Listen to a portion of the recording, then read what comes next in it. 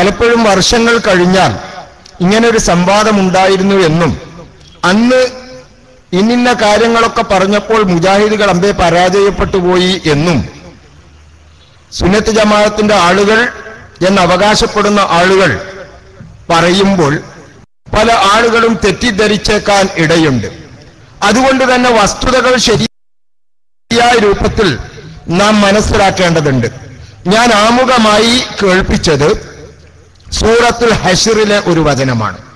Ahli കിതാബുകാരെ സംബന്ധിച്ച് പറഞ്ഞ ഒരു സംഗതി. യഥാർത്ഥത്തിൽ ആ സ്വഭാവം ഇന്ന് അഹ്ലുസുന്നത്ത് വൽ ജമാഅത്തിന്റെ ആളുകളെന്ന് അവകാശപ്പെടുന്ന ആളുകളിലും നമുക്ക് കാണുവാൻ സാധിക്കും. അള്ളാഹുവിനോട് മാത്സര്യം കാണിക്കുക, അവന്റെ പ്രവാചകനോട് മാത്സര്യം കാണിക്കുക. അള്ളാഹുവിനോട് മാത്സര്യം കാണിക്കുക എന്ന് പറഞ്ഞാൽ പരിശുദ്ധ ഖുർആൻ എന്തൊരു ആശയത്തിന് വേണ്ടി അള്ളാഹു അവതരിപ്പിച്ചുവോ അതിൽ നിന്ന് വ്യത്യസ്തമായ ഒരാശയം ആയത്തുകൾക്ക് നൽകുക. പറയുന്നുണ്ട് മുജാഹിദുകൾ ആയത്തുകൾ ഓതും, എന്നിട്ട് ഒരു മുഫസ്സിറും പറയാത്ത വ്യാഖ്യാനങ്ങളാണ് ആയത്തുകൾക്ക് അവർ നൽകുക എന്നത്. യഥാർത്ഥത്തിൽ മുജാഹിദുകളെ സംബന്ധിച്ചിടത്തോളം പരിശുദ്ധ ഖുർആനിന്റെ ഒരായത്തിനും സ്വന്തമായ വ്യാഖ്യാനം നൽകുന്നവരല്ല മുജാഹിദുകൾ. മറിച്ച് ആയത്തിനെ മുഹമ്മദ് നബി സല്ലല്ലാഹു അലൈഹി വസല്ലം എങ്ങനെ വിശദീകരിച്ചുവോ ആ വിശദീകരണം സ്വഹാബാക്കിറാൻ എങ്ങനെ മനസ്സിലാക്കിയോ, സ്വഹാബികളിൽ നിന്ന് താബീങ്ങളും താബീകളും എങ്ങനെ മനസ്സിലാക്കിയോ അതിന്റെ അടിസ്ഥാനത്തിലാണ് ആയത്തുകൾക്ക് വിശദീകരണം നൽകാറുള്ളത്.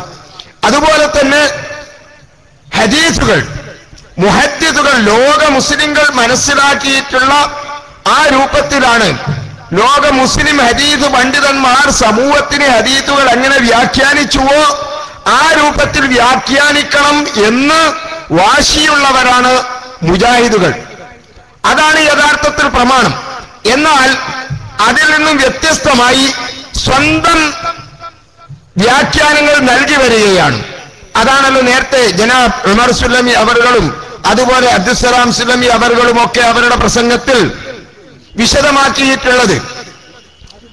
സത്യത്തിൽ ഒരൊറ്റ ആയത്തിനും ഇവർ പറയുന്ന അള്ളാഹു അല്ലാത്തവരോട് ഇസ്തിഗാസ നടത്തുവാനും പ്രാർത്ഥിക്കുവാനും ദുആ ചെയ്യുവാനും ഇവരോതുന്ന ഒരൊറ്റ ആയത്തിനും നാളിതുവരെയുള്ള ഒരൊറ്റ മുഫസ്സിറുകളും അങ്ങനെ ഒരു വ്യാഖ്യാനം നൽകിയിട്ടില്ല. അതിവരുടെ ഇജ്തിഹാദാണ്. അവര് ഒരു സമാജത്തിന്റെ കീഴിൽ കുറെ മുസ്ലിയാക്കന്മാർ സമ്മേളിക്കും. എന്നിട്ട് മുജാഹിദുകളെ പരാജയപ്പെടുത്തുവാൻ വിശുദ്ധ ഖുർആനിലെ ഏതൊക്കെ ആയത്തുകൾ നമുക്ക് ഓതാം എന്ന് പറഞ്ഞിട്ട് അവർ റിസർച്ച് നടത്തുകയാണ്. അവസാനം എല്ലാ മുസ്ലിയാക്കന്മാരും കൂടി കൊണ്ടുവന്നിട്ടുള്ള പ്രബന്ധങ്ങൾ അവതരിപ്പിച്ചുകൊണ്ട് അതിൽ നിന്നും ആറ്റിക്കുറുക്കി കുറെ ആയത്തുകൾ തെളിവായി ഉദ്ധരിക്കുകയും അത് തുർക്കിയിലേക്ക് അയച്ചു കൊടുക്കുകയും സൗജന്യമായി അവർ ആ ആയത്തുകളൊക്കെ ഉൾക്കൊള്ളിച്ചുകൊണ്ട് ഖുറാഫാത്തുകൾ പുസ്തകങ്ങൾ അയക്കുകയും ചെയ്യാറുണ്ട്. ഇത് മനപ്പാടമാക്കിക്കൊണ്ട് ഇവിടെ ഉറുതി പറയുകയാണ് യഥാർത്ഥത്തിൽ ഈ സുന്നി പണ്ഡിതന്മാരൊക്കെ ചെയ്യുന്നത്. അതുകൊണ്ട് വളരെ ഗൗരവത്തോടുകൂടെ തന്നെ നാം ഈ കാര്യം മനസ്സിലാക്കണം. ഈ മദ്ഹബിന്റെ ഇമാമുകളോടുകൂടി ഇജ്തിഹാദിന്റെ വാതിൽ കൊട്ടിയടക്കപ്പെട്ടു എന്ന് ഇവർ തന്നെ സാധാരണ പെരുമ്പറയടിക്കാറുണ്ട്. എന്നാൽ ഇവർ അതൊക്കെ പറയുകയും സ്വയം മുജ്തഹിദുകളായി രംഗത്ത് വരികയും ചെയ്യുകയാണ്. അതിന്റെ പ്രത്യക്ഷമായ ഉദാഹരണങ്ങളാണ് നമുക്ക് കാണാൻ സാധിക്കുന്നത്. ഓരോ കാലഘട്ടങ്ങളിലും ഓരോ തരത്തിലുള്ള ആയത്തുകളും ഹദീസുകളും ഉദ്ധരിക്കുകയാണ്. യാ അയ്യുഹല്ലദീന ആമനൂ ലാ തഖൂലൂ റാഇനാ വഖൂലു ഉൻദുർനാ വസ്മഊ എന്ന ആയത്താണ് കോടമ്പുഴയിൽ വെച്ച് ഒരു അഹ്സനി ഉദ്ധരിച്ചത്. അതുപോലെ തന്നെ പല ആയത്തുകളും. അതുപോലെ അന സയ്യിദു ഉൽദി ആദം, അപ്പൊ അന സയ്യിദു ഉൽദി ആദം എന്ന് പറഞ്ഞിട്ടുണ്ട്. അവിടെ സയ്യിദ് എന്ന് പറഞ്ഞാൽ മരണപ്പെട്ടു പോയ വിളിച്ച് സഹായം തേടുവാൻ അവകാശപ്പെട്ടവൻ എന്നാണ് അതിന്റെ അർത്ഥം എന്ന് പറഞ്ഞുകൊണ്ട് ആ ഹദീസുകളെ ദുർവ്യാഖ്യാനത്തിന് വിധേയമാക്കിക്കൊണ്ടിരിക്കുന്നു. അതുകൊണ്ട് നമ്മെ സംബന്ധിച്ചിടത്തോളം നമ്മൾ ഈ കാര്യം ഏത് സന്ദർഭത്തിലും ജനങ്ങൾക്ക് വ്യക്തമാക്കി കൊടുക്കേണ്ടതുണ്ട്. ആളുകൾക്ക് ഈ സംഗതി മനസ്സിലാക്കി കൊടുക്കേണ്ടതുണ്ട്. പുതിയ തരത്തിലുള്ള വ്യാഖ്യാനങ്ങളും അതുപോലെ തന്നെ പുതിയ തരത്തിലുള്ള ദുഷിച്ച ചില ചിന്തകളുമാണ് സമൂഹത്തിന്റെ മുമ്പിൽ ഇവർ ഇട്ടുകൊടുക്കുന്നത്. അതുകൊണ്ട് ഇവരെ നാം കരുതിയിരിക്കണം. അവർ അള്ളാഹുവിനോട് മാത്സര്യം കാണിക്കുന്നവരാണ്, അള്ളാഹുവിന്റെ പ്രവാചകനോട് മാത്സര്യം കാണിക്കുന്നവരാണ്. അതുകൊണ്ട് ആരെങ്കിലും അള്ളാഹുവിനോട് മാത്സര്യം കാണിക്കുന്നുവെങ്കിൽ, അള്ളാഹുവിന്റെ ഖുർആനിനെ ദുർവ്യാഖ്യാനം ചെയ്യുന്നുവെങ്കിൽ, അള്ളാഹുവിന്റെ പ്രവാചകന്റെ പേരിൽ കള്ളം കെട്ടിച്ചമക്കുന്നുവെങ്കിൽ തീർച്ചയായും അള്ളാഹു കഠോരമായി ശിക്ഷിക്കുന്നവനാണ്. മഴയില്ല എന്ന് പലരും വേവലാതി പറയാറുണ്ട്. എങ്ങനെയാ അള്ളാഹു മഴ പെയ്യിപ്പിക്കും? കാരണം അള്ളാഹുവിനെ വിട്ട് സകല ജാരത്തിന്റെയും മുമ്പിൽ കുമ്പസരിക്കുകയാണ് മഴയ്ക്ക് വേണ്ടിയിട്ട്. പല ജാരങ്ങളിലും ചെന്ന് അവിടെ മറമാടപ്പെട്ട് കിടക്കുന്ന ആളുകളോടല്ലേ ദുആ ചെയ്തുകൊണ്ടിരിക്കുന്നത്, ഇസ്തിഗാഥ നടത്തിക്കൊണ്ടിരിക്കുന്നത്. പിന്നെ അള്ളാഹ് എങ്ങനെ ഈ സഹായം നമുക്ക് അള്ളാഹ് അങ്ങനെ തരും? അതിന്റെ ഈ ദീർഘകളിൽ നിന്നും മാറി നിന്നുകൊണ്ട് സർവശക്തനായ അള്ളാഹുവിനോട് മാത്രം ദുആ ചെയ്യുവാൻ ഏത് കാലത്ത് നമ്മൾ തയ്യാറാകുന്നുവോ അപ്പോൾ മാത്രമേ അള്ളാഹുവിന്റെ പ്രത്യേകമായ ആ സഹായം നമുക്ക് ലഭ്യമാവുകയുള്ളൂ. അതുകൊണ്ട് നാം അള്ളാഹുവിലേക്ക് കൂടുതലായിട്ട് അടുക്കുക എന്ന് മാത്രം ഈ സന്ദർഭത്തിൽ ഉണർത്തിക്കൊണ്ട് സർവശക്തനായ അള്ളാഹു സുബ്ഹാനഹു വ തആല ഈ ശിർക്കിനെതിരിൽ, അന്ധവിശ്വാസങ്ങൾക്കെതിരിൽ, അനാചാരങ്ങൾക്കെതിരിൽ എന്നും ശബ്ദിക്കുവാനും അതുപോലെ ഈ ശിർക്കും ബിദ്അത്തുകളും അനാചാരങ്ങളുമൊക്കെ ഈ സമൂഹത്തിൽ നിന്ന് വിഭാടനം ചെയ്യുവാനും നമുക്കേവർക്കും തൗഫീഖ് നൽകുമാറാവട്ടെ എന്ന് പ്രാർത്ഥിച്ചുകൊണ്ട് സർവ്വവിധ ആശംസകളും അർപ്പിച്ചുകൊണ്ട് ഞാൻ എന്റെ വാക്കുകൾ ഉപസംഹരിക്കുന്നു. ആഖിറു ദഅ്വാനാ അനിൽ ഹംദുലില്ലാഹി റബ്ബിൽ ആലമീൻ. അസ്സലാമു അലൈക്കും വറഹ്മത്തുള്ളാഹി വബറകാതുഹു. കേരള ജംഇയ്യത്തുൽ ഉലമ നിർവാഹക സമിതി അംഗം അബ്ദുൽ അസീസ് മദനി അവർക്ക് കൃതജ്ഞത രേഖപ്പെടുത്തുന്നു. ആദർശ വ്യതിയാന ആരോപണം ഉന്നയിച്ച് നിഷ്കളങ്കരായ പണ്ഡിതരെയും പ്രവർത്തകരെയും ആട്ടിപ്പുറത്താക്കിയവരുടെ ആദർശ പാപ്പരത്വം വെട്ടിത്തുറന്നു പറഞ്ഞ് കേരളക്കരയെ ഉണർത്തിയ ജനാബ് അലി മദനി മൊറയൂർ അവർ നമ്മെ അഭിമുഖീകരിക്കുന്നു. അയത്തെ അപൂർവ്വം. السلام عليكم ورحمة الله. بسم الله الرحمن الرحيم. الحمد لله رب العالمين وصلى الله على نبينا محمد وعلى آله وصحبه أجمعين. ബഹുമാന്യരായ പണ്ഡിതന്മാരെ, നാട്ടുകാരെ, സുഹൃത്തുക്കളെ, ഒരുപാട് കാര്യങ്ങൾ നമ്മൾ കേട്ടുകഴിഞ്ഞു. ഷിർക്കിലേക്ക് ജനങ്ങളെ കൊണ്ടുപോകുന്നതിന് ധാരാളം ആയത്തുകൾ സമസ്തയുടെ പണ്ഡിതന്മാർ എന്ന് അവകാശപ്പെടുന്നവർ ദുർവ്യാഖ്യാനം നടത്താറുണ്ട്. ഏറ്റവും ചുരുങ്ങിയത് ഇവർ തന്നെ പ്രസിദ്ധീകരിച്ച, അഥവാ സമസ്ത ഒന്നായിരുന്നപ്പോൾ പ്രസിദ്ധീകരിച്ച KV മുഹമ്മദ് മുസ്ലിയാർ കൂറ്റനാടിന്റെ പരിഭാഷയെങ്കിലും ഇവർ വായിച്ചാൽ ഇവർ പറയുന്നത് 100% തെറ്റാണ് എന്ന് ഇവർക്ക് ബോധ്യപ്പെടും. സൂറത്തു സുഹ്റുഫിലെ 45-ാമത്തെ ആയത്താണ് കൊട്ടപ്പുറത്ത് അവർ ദുർവ്യാഖ്യാനം നടത്തിയത്. അന്ന് സ്റ്റേജിൽ KV മുഹമ്മദ് മുസ്ലിയാറുണ്ട്. നോക്കൂ നിങ്ങൾ, അദ്ദേഹത്തിന്റെ പരിഭാഷയിൽ ഈ ആയത്തിനെ വിശദീകരിച്ചത് കഴിഞ്ഞുപോയ മുർസലുകളോട് ചോദിച്ചു നോക്കുക എന്നു പറഞ്ഞതിന്റെ ഉദ്ദേശ്യം മുൻ വേദഗ്രന്ഥങ്ങൾ പരിശോധിക്കുകയും അവയെപ്പറ്റി അറിയുന്നവരോട് അന്വേഷിക്കുകയും ചെയ്യുക എന്നാണ് വ്യാഖ്യാതാക്കളിൽ ചിലർ പറയുന്നത്. ഒരു വ്യാഖ്യാനം അതാണ്. മുർസലുകളോട് ചോദിക്കുക എന്നു തന്നെയാണ് അതിന്റെ ഉദ്ദേശ്യമെന്നാണ് മറ്റു ചിലരുടെ അഭിപ്രായം. മിഅ്റാജിന്റെ രാത്രിയിൽ നബി സല്ലല്ലാഹു അലൈഹി വസല്ലമ അവരെ ബൈത്തുൽ മുഖദ്ദസിൽ വെച്ച് കാണുകയും അവർക്ക് ഇമാമായി നമസ്കരിക്കുകയും ചെയ്തിരുന്നുവെന്നും അപ്പോഴാണ് ചോദ്യമുണ്ടായതെന്നും അവർ പറയുന്നു. അപ്പൊ എപ്പോഴാ ഈ ചോദ്യമുണ്ടായത്? മുർസലുകളോട് നേരിട്ട്, അതും മിഅ്റാജിന്റെ രാത്രിയിലാണ്. പ്രവാചകന്റെ മുഅ്ജിസത്ത് എന്ന നിലയിൽ മുൻകഴിഞ്ഞു പോയ ചില പ്രവാചകന്മാരെ നേരിട്ടു കണ്ടപ്പോഴാണ്. അല്ലാതെ മരണപ്പെട്ടു പോയ പ്രവാചകന്മാരോടോ അമ്പിയാക്കളോടോ ഔലിയാക്കളോടോ ചോദിക്കാനുള്ള തെളിവല്ല ഇത്. ഈ അടുത്തത് നോക്ക്, ഏതു നിലക്കാണെങ്കിലും ചോദിക്കൽ ഉണ്ടായിട്ടില്ല എന്നും ഒരഭിപ്രായമുണ്ട്. കാരണം ചോദിക്കാൻ കൽപ്പിച്ചതിന്റെ ഉദ്ദേശ്യം ഒരു റസൂലാകട്ടെ ഒരു വേദഗ്രന്ഥമാകട്ടെ അല്ലാഹു അല്ലാത്തവരെ ആരാധിക്കാമെന്ന് ഉത്ബോധിപ്പിക്കുന്നതിനായി ഇവിടെ വന്നിട്ടേ ഇല്ല എന്ന് മക്കാ മുശ്രിക്കുകളെ സമ്മതിപ്പിക്കലാണ്. ചോദിക്കുവാൻ അക്ഷരാർത്ഥ കൽപ്പന ഇല്ല. അപ്പൊ ഇതാണ് വസ്തുത. കെ വി മുഹമ്മദ് മുസ്ലിയാർ കൂറ്റനാട് അദ്ദേഹത്തിന്റെ പരിഭാഷയിൽ വിശദീകരണം കൊടുത്തതാണ്. പക്ഷെ ആ മുഹമ്മദ് മുസ്ലിയാരെ സ്റ്റേജിൽ ഇരുത്തിയിട്ടാണ് കാന്തപുരം എന്ത് ചെയ്തിട്ടുള്ളത്? അള്ളാഹു അല്ലാത്തവരോട് തേടാൻ ഉണ്ട് മൗലവി, ഉണ്ട് ഖുർആനിൽ ആയത്തുണ്ട് എന്ന് പറഞ്ഞ് ഈ രീതിയിൽ ആയത്തുകളെ ദുർവ്യാഖ്യാനം നടത്തിയത്. സൂറത്തു നിസായിലെ 64, ബഖറ 104, മായിദ 55, ജാസിയ 21, അൻആം 50, അതുപോലെ തന്നെ തൗബ 105, ഇങ്ങനെയുള്ള നിരവധി ആയത്തുകൾ ഇവർ ദുർവ്യാഖ്യാനം നടത്താറുണ്ട്. മാന്യരായ സമസ്തയുടെ സാധാരണക്കാർ ഇവർ ദുർവ്യാഖ്യാനം നടത്തുന്ന ആയത്തുകൾക്ക് കെ വി മുഹമ്മദ് മുസ്ലിയാർ നൽകിയ പരിഭാഷയും അതിന്റെ വിശദീകരണവും കൊടുത്താൽ തന്നെ ഷിർക്കിലും കുഫറിലും അകപ്പെടാതെ രക്ഷപ്പെടുമെന്നാണ് സൂചിപ്പിക്കാനുള്ളത്. അതിലേക്ക് സാധാരണക്കാർ തിരിച്ചു വരണം. പണ്ഡിതന്മാർ എന്ന് അവകാശപ്പെടുന്നവർ നന്നാവുമെന്ന് നമുക്ക് അങ്ങനെ ഒരു ചിന്തയില്ല. കാരണം ഖുർആൻ സൂചിപ്പിച്ചുവല്ലോ, ഇന്നഹാ ലാ തഅമൽ അബ്സാർ വലാകിൻ തഅമൽ ഖുലൂബുൽ ലത്തീ ഫിസ് സുദൂർ.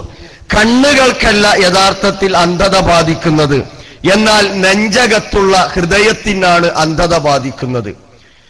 അബ്ദുല്ലാഹിബ്നു ഉമ്മു മക്തൂമിന് കണ്ണ് കാണുമായിരുന്നില്ല, പക്ഷേ സത്യം മനസ്സിലാക്കുന്നതിന് ആ അന്ധത അദ്ദേഹത്തിന് തടസ്സമായില്ല. എന്നാൽ അബൂജഹലും അബൂലഹബും അടക്കമുള്ള ആളുകൾക്ക് കണ്ണു കാണുമായിരുന്നു. അവർക്ക് അന്ധത ബാധിച്ചിരുന്നത് ഹൃദയത്തിനായിരുന്നു. ആ അന്ധത ബാധിച്ചവരെ മാറ്റിയെടുക്കാൻ പ്രയാസമായിരിക്കും. അതുകൊണ്ട് സമസ്തയുടെ സാധാരണക്കാർ ഈ കാര്യങ്ങൾ കൃത്യമായും അഹ്സനിമാർ എന്നു പറയുന്ന ആളുകൾ സമൂഹത്തിന്റെ മുമ്പിൽ പറയുന്ന ദുർവ്യാഖ്യാനങ്ങളെ തിരിച്ചറിയണം എന്നും മാത്രമാണ് ഈ സമയത്ത് സൂചിപ്പിക്കാനുള്ളത്.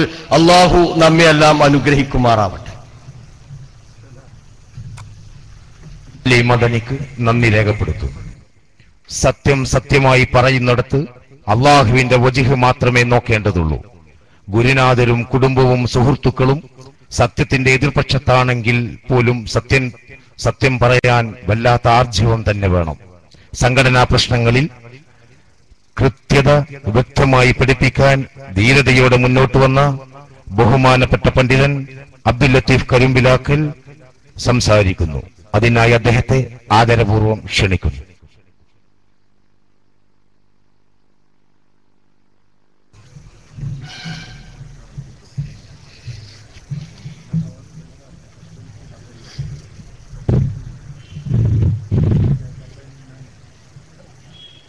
السلام عليكم ورحمة الله. بسم الله الرحمن الرحيم. الحمد لله رب العالمين والصلاة والسلام على رسول الأمين وعلى آله وصحبه أجمعين. أما بعد. أعوذ بالله من الشيطان الرجيم. بسم الله الرحمن الرحيم. يا أيها الذين آمنوا إن كثيرا من الأحبار والرهبان ليأكلون أموال الناس بالباطل ويصدون عن سبيل الله. ബഹുമാനരായ പണ്ഡിതന്മാരെ, നേതാക്കളെ, ആദരണീയരായ സഹോദരി സഹോദരങ്ങളെ, സഹപ്രവർത്തകരെ, സുഹൃത്തുക്കളെ, വൈകിട്ട് 5 മണിക്ക് ആരംഭിച്ച ഈ പ്രോഗ്രാം 5 മണിക്കൂർ പൂർത്തീകരിക്കാൻ നിൽക്കുകയാണ്. ഏതാണ്ട് ഇന്ന് നമ്മുടെ നാട്ടിൽ നടക്കാറുള്ള ഒരു സംവാദത്തിന്റെ പൂർണ്ണമായ സമയം പൂർത്തീകരിച്ചു കഴിഞ്ഞിട്ടുണ്ട്. ഈ സന്ദർഭത്തിൽ വളരെ വിശദമായ ഒരു സംസാരത്തിന് മുതിരുന്നില്ല. ചില സംഗതികൾ ശ്രദ്ധയിൽപ്പെടുത്തേണ്ടതുണ്ട്. എൻ്റെ കയ്യിലുള്ളത് ഇവിടെ ഈ മാസം 2-3 തീയതികളിലായി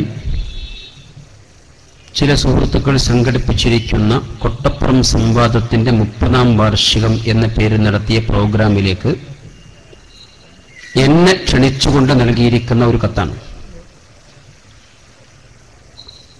ഈ കത്ത് ഇവിടുത്തെ സംഘാടകർ എൻ്റെ നാട്ടിലുള്ള അവരുടെ ഒരു പ്രതിനിധി മുഖേന എനിക്ക് എത്തിച്ചു തന്നു. ഞാൻ കത്ത് തന്നപ്പോൾ എന്താണ് വിഷയമെന്ന് അന്വേഷിച്ചു. കൊട്ടപ്പുറം സംവാദത്തിന്റെ 30ാം വാർഷികം ആഘോഷിക്കുന്നുണ്ട്, അതിനുള്ള കത്താണ്. അപ്പൊ ഞാൻ ആ സുഹൃത്തിനോട് പറഞ്ഞു, സുന്നിയും മുജാഹിദും ചേർന്നു നിന്ന് നടത്തിയിരിക്കുന്ന ഒരു സംവാദത്തിന്റെ വാർഷികം നിങ്ങൾ ഒറ്റക്ക് നടത്തുന്നത് ശരിയായില്ലല്ലോ. നമ്മുടെ രണ്ടു കൂട്ടരും ഒരുമിച്ചായിരുന്നില്ലേ ഇത് നടത്തേണ്ടിയിരുന്നത്? ആ കാര്യം നിങ്ങൾ മറന്നുപോയോ എന്നാണ്. ആ സുഹൃത്തിന് വളരെ കൃത്യമായൊരു പ്രതികരണം അതിന് നൽകാൻ കഴിയില്ല എന്ന് നമുക്കറിയാം. ഈ കത്തിൽ എഴുതിയിരിക്കുന്ന ചില സംഗതികൾ, അതിലെ ചില വാചകങ്ങൾ ഞാൻ വായിച്ചിരിക്കുകയാണ്. പാരമ്പര്യമായി കൈമാറി വന്ന യഥാർത്ഥ സരണിയിലേക്ക് കടന്നുവരിക എന്നതാണ് നമ്മുടെ ഇഹപര വിജയത്തിന് വേണ്ടത്. ഇതിലെ ഒരു ലക്ഷ്യമാണത്. ശേഷം പറയുന്നത്, ഇന്ന് പാരമ്പര്യവുമായി നമ്മെ കണ്ണി ചേർക്കുന്നത് സുന്നി പ്രസ്ഥാനമാണെന്നതും ഒരു ചരിത്ര സത്യമാണ്. അതുകൊണ്ട് ആ പ്രസ്ഥാനത്തിലേക്ക് തിരിച്ചു വരേണ്ടത് നമ്മുടെ ധാർമ്മിക ബാധ്യതയാണെന്ന കാര്യം വിനയപുരസരം ശ്രദ്ധയിൽപ്പെടുത്തട്ടെ. ഇതോടൊപ്പം കൊട്ടപ്പുറം സംവാദം 30ാം വാർഷികം മെയ് 2, 3 വ്യാഴം, വെള്ളി എന്നീ ദിവസങ്ങളിൽ കൊട്ടപ്പുറത്ത് വെച്ച് നടക്കുന്നു. താങ്കളെ വിനയപുരസരം ക്ഷണിക്കുന്നു. ഇസ്ലാമിനെ കൃത്യമായും കണിശമായും മനസ്സിലാക്കുവാനും നമ്മുടെ പാരത്രിക വിജയത്തിനും പാരമ്പര്യമാണ് നിദാനം എന്ന് പറഞ്ഞുകൊണ്ടാണ് ഈ കത്തിലെ പ്രസക്തമായ ഭാഗങ്ങൾ കടന്നു പോകുന്നത്. ആ പാരമ്പര്യവാദത്തിലെ യഥാർത്ഥ കണ്ണികൾ സുന്നികളാണ് എന്നും അതുകൊണ്ട് ആ സുന്നി പ്രസ്ഥാനത്തിലേക്ക് തിരിച്ചു വരികയാണ് വേണ്ടത് എന്നുമാണ് ഇവരുടെ ആവശ്യം. ഇവർ വെച്ചു പുലർത്തുന്ന ആദർശങ്ങളുടെ, ആശയങ്ങളുടെ പാരമ്പര്യം ഇൻഷാ അല്ലാഹ് സമയാനുസൃതം നമുക്ക് ശ്രദ്ധയിൽപ്പെടുത്താം. എന്നാൽ ആദ്യം പറയുന്നത്, എന്താണ് ഇപ്പോൾ ഒരു 30ാം വാർഷികത്തിന്റെ പ്രസക്തി ഉണ്ടായത്? കൊട്ടപ്പുറം സംവാദം നടക്കുന്നത് 1983 ഫെബ്രുവരി ആദ്യവാരത്തിൽ. എന്നാൽ 84 ഫെബ്രുവരി വരുമ്പോ അതിന്റെ 1ാം വാർഷികം നമ്മൾ സ്വാഭാവികമായും പ്രതീക്ഷിക്കേണ്ടതാണ്. അങ്ങനെ ഒന്നും ഉണ്ടായില്ല. ആരും അറിഞ്ഞതുമില്ല, കണ്ടതുമില്ല, കേട്ടതുമില്ല. എന്താ കാരണം? ജനങ്ങൾക്ക് തൊട്ടു മുമ്പത്തെ വർഷം നടന്നിരിക്കുന്ന കാര്യങ്ങളെക്കുറിച്ച് കൃത്യമായ ബോധമുണ്ട്, ഓർമ്മശക്തി നഷ്ടപ്പെട്ടിട്ടില്ല. അങ്ങനെയുള്ള ആളുകളെ മുൻനിർത്തിക്കൊണ്ട് തങ്ങളുടെ പരാജയം മറച്ചുവെക്കുവാൻ വേണ്ടി അന്നൊരു വാർഷികം സംഘടിപ്പിക്കുന്നത് ഒരു നിലക്കും സംഗതമാവില്ല എന്ന് കൃത്യമായ ബോധ്യമുള്ളത് കൊണ്ട് 1ാം വാർഷികം ഉണ്ടായില്ല. പിന്നെ 988 വരുമ്പോൾ 5 വർഷമായി. 5ാം വാർഷികം സ്വാഭാവികമായും ഉണ്ടാവേണ്ടതാണ്, കണ്ടില്ല. 93 വരുമ്പോൾ 10 വർഷമായി. 2003 വരുമ്പോൾ 20 വർഷമായി. 2008 വരുമ്പോൾ 25 വർഷമായി. 2013 ഇതിന്റെ 30ാം വാർഷികമെന്ന ഒരു സംഗതി മാത്രം ആചരിക്കുവാനും ആഘോഷിക്കുവാനും പ്രേരിപ്പിച്ചിരിക്കുന്ന ഘടകമുണ്ട്. 1 മുതൽ 25 വരെ, 29 വരെയുള്ള ഒരു വർഷത്തിനും വാർഷികം ഉണ്ടായിട്ടില്ല. എങ്കിൽ ഇതിന് പ്രചോദനമായ ചില കാര്യങ്ങളുണ്ട്. ഒന്ന്, കൂടെ നിൽക്കുന്ന ആളുകളുടെ ഓർമ്മശക്തി നഷ്ടപ്പെട്ടിരിക്കും എന്ന വിശ്വാസം തന്നെയാണ്. മറ്റൊന്ന്, കഴിഞ്ഞ കുറച്ചു കാലങ്ങളായി ഈ ആളുകൾ മുജാഹിദുകൾ എന്ന് പറയപ്പെടുന്ന അല്ലെങ്കിൽ അവകാശപ്പെടുന്ന ചിലരുമായി ചിലയിടങ്ങളിൽ നടത്തിയിരിക്കുന്ന സംവാദ നാടകങ്ങൾ, അതിൽ മുജാഹിദ് എന്ന പേരിൽ അവരുമായി ഏറ്റുമുട്ടാൻ ചെന്നിരിക്കുന്ന ആളുകളുടെ ആദർശ പരാജയവും പാപ്പരത്വവും മുഖവിലക്കെടുത്തുകൊണ്ട് നടത്തിയിരിക്കുന്ന ചില ചർച്ചകളിൽ അവരെ പരാജയപ്പെടുത്തുവാൻ ഏറെക്കുറെ സാധിച്ചിരിക്കുന്നു എന്ന അഹങ്കാരത്തിൽ യഥാർത്ഥ മുജാഹിദുകളുമായി ഒന്ന് സംവദിച്ചു നോക്കാം എന്ന ആലോചനയുടെ ഉരുത്തിരിഞ്ഞു വന്നിരിക്കുന്ന തീരുമാനമാണ് ഈ കഴിഞ്ഞ 5-6 മാസം മുമ്പ് കോടമ്പടി വെച്ച് നടന്നിരിക്കുന്ന സംവാദം. ആ സംവാദത്തിൽ യഥാർത്ഥ മുജാഹിദുകളുമായി കൃത്യമായി ഏറ്റുമുട്ടുവാൻ അവസരം കിട്ടിയപ്പോ തങ്ങളുടെ മസ്തകം തകർന്നു പോകുന്നത് ആദർശ പാപ്പരത്വം പൊളിഞ്ഞു തകരുന്നത്, ആളുകൾക്ക് നേർക്കുന്നതിനെ മനസ്സിലാക്കുവാൻ സാധിക്കുന്നത്, വളരെ കൃത്യമായി വ്യക്തമായി ആർക്കും ബോധ്യപ്പെടുന്നത് തിരിച്ചറിഞ്ഞപ്പോ ഈ വിഭാഗത്തിന് ആദർശപരമായി തങ്ങൾ പറയുന്ന കാര്യങ്ങൾ സമർത്ഥിക്കുവാൻ കളവും ദുർവ്യാഖ്യാനങ്ങളും മാത്രമാണ് കൂട്ടിനുള്ളത് എന്ന് സാധാരണക്കാരായിരിക്കുന്ന ജനങ്ങൾ കൂടി തിരിച്ചറിഞ്ഞുകൊണ്ടിരിക്കുന്ന ഒരു സന്ദർഭത്തിൽ ഇവയെ എല്ലാം മറികടക്കുവാനും തൽക്കാലം ഒന്ന് കണ്ണിൽ പൊടിയിടുവാനും വേണ്ടി അവർ കണ്ടെത്തിയിരിക്കുന്ന സൂത്രപ്പണി മാത്രമാണ് യഥാർത്ഥത്തിൽ ഈ 30ാം വാർഷിക ആഘോഷം. അല്ലെങ്കിൽ ഞാൻ പറഞ്ഞ പോലെ 29ഉം 25ഉം 20ഉം 15ഉം ഈ 10ഉം 5ഉം ഒക്കെ ഉണ്ടാവുമല്ലോ. അവിടങ്ങളിൽ ഒന്നുമില്ലാത്തൊരു വാർഷികം ഇപ്പോൾ കടന്നു വന്നതിന്റെ പ്രത്യേകത ആണ്. വേറെ ഒരു വിശ്വസനയില്ല. ഇതിനെ ഒന്ന് മറികടക്കണം, പുതിയ മാർഗങ്ങൾ സ്വീകരിക്കണം, ആളുകളെ തങ്ങളുടെ ലൈനിലേക്ക് തിരിച്ചു കൊണ്ടുവരണം. അതിനവർ കണ്ടെത്തിയിരിക്കുന്ന ഒരു മാർഗം, ഒരു നാടകം മാത്രമാണ് യഥാർത്ഥത്തിൽ ഇവിടെ നടന്നുപോയത്. പിന്നെ ഇങ്ങനെ ഒരു ടീം ഒരു നാടകം കളിക്കുമ്പോൾ അപ്പുറത്ത് വേറെ ടീമുണ്ടല്ലോ, അവര് സ്വാഭാവികമായി ആ മത്സരത്തിൽ തങ്ങളുടെ സ്ഥാനം ഉറപ്പിക്കേണ്ടതുണ്ട്. അതുകൊണ്ട് അവർ രംഗത്ത് വന്നു, അവർക്ക് പറയാനുള്ള ചില കാര്യങ്ങൾ അവരും പറഞ്ഞു. രണ്ടു കൂട്ടരും എഴുതിയതോ പറഞ്ഞതോ അയക്കുന്ന വിഷയങ്ങളുടെ സാമ്യത. ഈ വിഭാഗം സുന്നികൾ ഇവിടെ സംഘടിപ്പിച്ചിരിക്കുന്ന പ്രോഗ്രാമിൽ അവർ അവകാശപ്പെട്ടത് ഞങ്ങളുടെ ആദർശത്തിന് 15 നൂറ്റാണ്ടിന്റെ പാരമ്പര്യമുണ്ട് എന്നാണ്. ഹിജ്റ 1434 നമ്മൾ നിലകൊള്ളുന്നത്. ഇപ്പോൾ ജീവിതത്തിൽ പ്രത്യേകിച്ച് ഇസ്ലാം മതം പൂർത്തീകരിച്ച പ്രവാചകർ കടന്നുപോയിട്ട് 1424 വർഷം കഴിഞ്ഞു എന്ന് പറഞ്ഞാൽ 15 നൂറ്റാണ്ടിലേക്ക് എത്തിക്കൊണ്ടിരിക്കുന്നുള്ളൂ. എന്നാൽ ഇവരുടെ ആശയത്തെ 15 നൂറ്റാണ്ടിന്റെ പാരമ്പര്യമുണ്ട് എന്നാണ്. കൃത്യമായി പറഞ്ഞാൽ അബൂജാഹിലിന്റെയും അബൂലഹബിന്റെയും പാരമ്പര്യം അവകാശപ്പെട്ടുകൊണ്ടാണ് ഇവരിപ്പോൾ അറിഞ്ഞോ അറിയാതെയോ കേരളക്കരയിലെ മുസ്ലിം സമൂഹത്തെ വിഡ്ഢികളാക്കുവാൻ വേണ്ടി പണിയെടുത്തുകൊണ്ടിരിക്കുന്നത് എന്നതാണ് ഈ പറഞ്ഞതിനർത്ഥം. അതല്ലേ വസ്തുത. 15 നൂറ്റാണ്ടിന്റെ പാരമ്പര്യം മുഹമ്മദ് മുസ്തഫ സ്വല്ലല്ലാഹു അലൈഹി വസല്ലമയുടെ പാരമ്പര്യമല്ല. അത് അബൂജാഹിലിന്റെ അല്ലെങ്കിൽ അതിനപ്പുറത്തുള്ള മുശ്രിക്കുകളുടെ ആ ടീമിന്റെ അല്ലെങ്കിൽ ജൂതന്മാരുടെ പാരമ്പര്യമാണ്. ആ പാരമ്പര്യത്തിലൂടെ കടന്നു വന്നു അവരുടെ വിശ്വാസങ്ങൾ, അവരുടെ ആദർശങ്ങൾ. പ്രവാചക തിരുമേനി ചില പ്രത്യേക സന്ദർഭങ്ങളിൽ പറഞ്ഞല്ലോ, ഹാദിഹി സനൻ ലതർകബുന്ന, ഇത് അവരുടെ ചര്യയാണ്, നിങ്ങൾ ആ വഴിയെ സഞ്ചരിക്കുക തന്നെ ചെയ്യും എന്ന് പ്രവാചക തിരുമേനി പറഞ്ഞുവെങ്കിൽ ആ ജൂത ക്രൈസ്തവരുടെ മാർഗവും മാതൃകയും സ്വീകരിച്ചുകൊണ്ട് കേരളീയ സമൂഹത്തിൽ മുസ്ലിം സമൂഹത്തെ വഴിപടപ്പിച്ച് ശിർക്കിലേക്കും ഖുറാഫാത്തിലേക്കും കുഫറിലേക്കും കൊണ്ടുപോകുവാൻ വേണ്ടി കഠിനാധ്വാനം ചെയ്തുകൊണ്ടിരിക്കുന്ന ആളുകൾ, അത് ഏത് വിഭാഗത്തിലായിരുന്നാലും ഏത് ഘടകത്തിലായിരുന്നാലും എത്ര ടീമായി മാറിയാലും സംഗതി ആ രൂപത്തിലെ നമുക്ക് വിലയിരുത്തുവാൻ സാധിക്കുകയുള്ളൂ. നാം തിരിച്ചു പറഞ്ഞത് എന്താണ് ഈ ഇരു വിഭാഗത്തിന്റെയും ആദർശ പാരമ്പര്യം? അത് വിഷയമാണല്ലോ. അവർക്ക് അടിസ്ഥാനപരം നമുക്കറിയാം, കേരള ജംഇയ്യത്തുൽ ഉലമ എന്ന കേരളത്തിലെ ആദ്യത്തെ മുസ്ലിം പണ്ഡിത സംഘം രൂപീകരിക്കപ്പെടുമ്പോ ആ പണ്ഡിത സംഘടന അതിനെ വിമർശിക്കുവാനും ആക്ഷേപിക്കുവാനും അതിന്റെ ആദർശങ്ങളെ സമൂഹത്തിന്റെ മുമ്പിൽ കൊച്ചാക്കി കാണിക്കുക എന്ന ലക്ഷ്യത്തോടു കൂടിയാണ് സമസ്ത കേരള ജംഇയ്യത്തുൽ ഉലമ രൂപീകരിക്കപ്പെട്ടത് എന്ന് അഹോരാത്രം സംസാരിച്ചുകൊണ്ടിരിക്കുന്ന ആളുകളാണ് അവർ.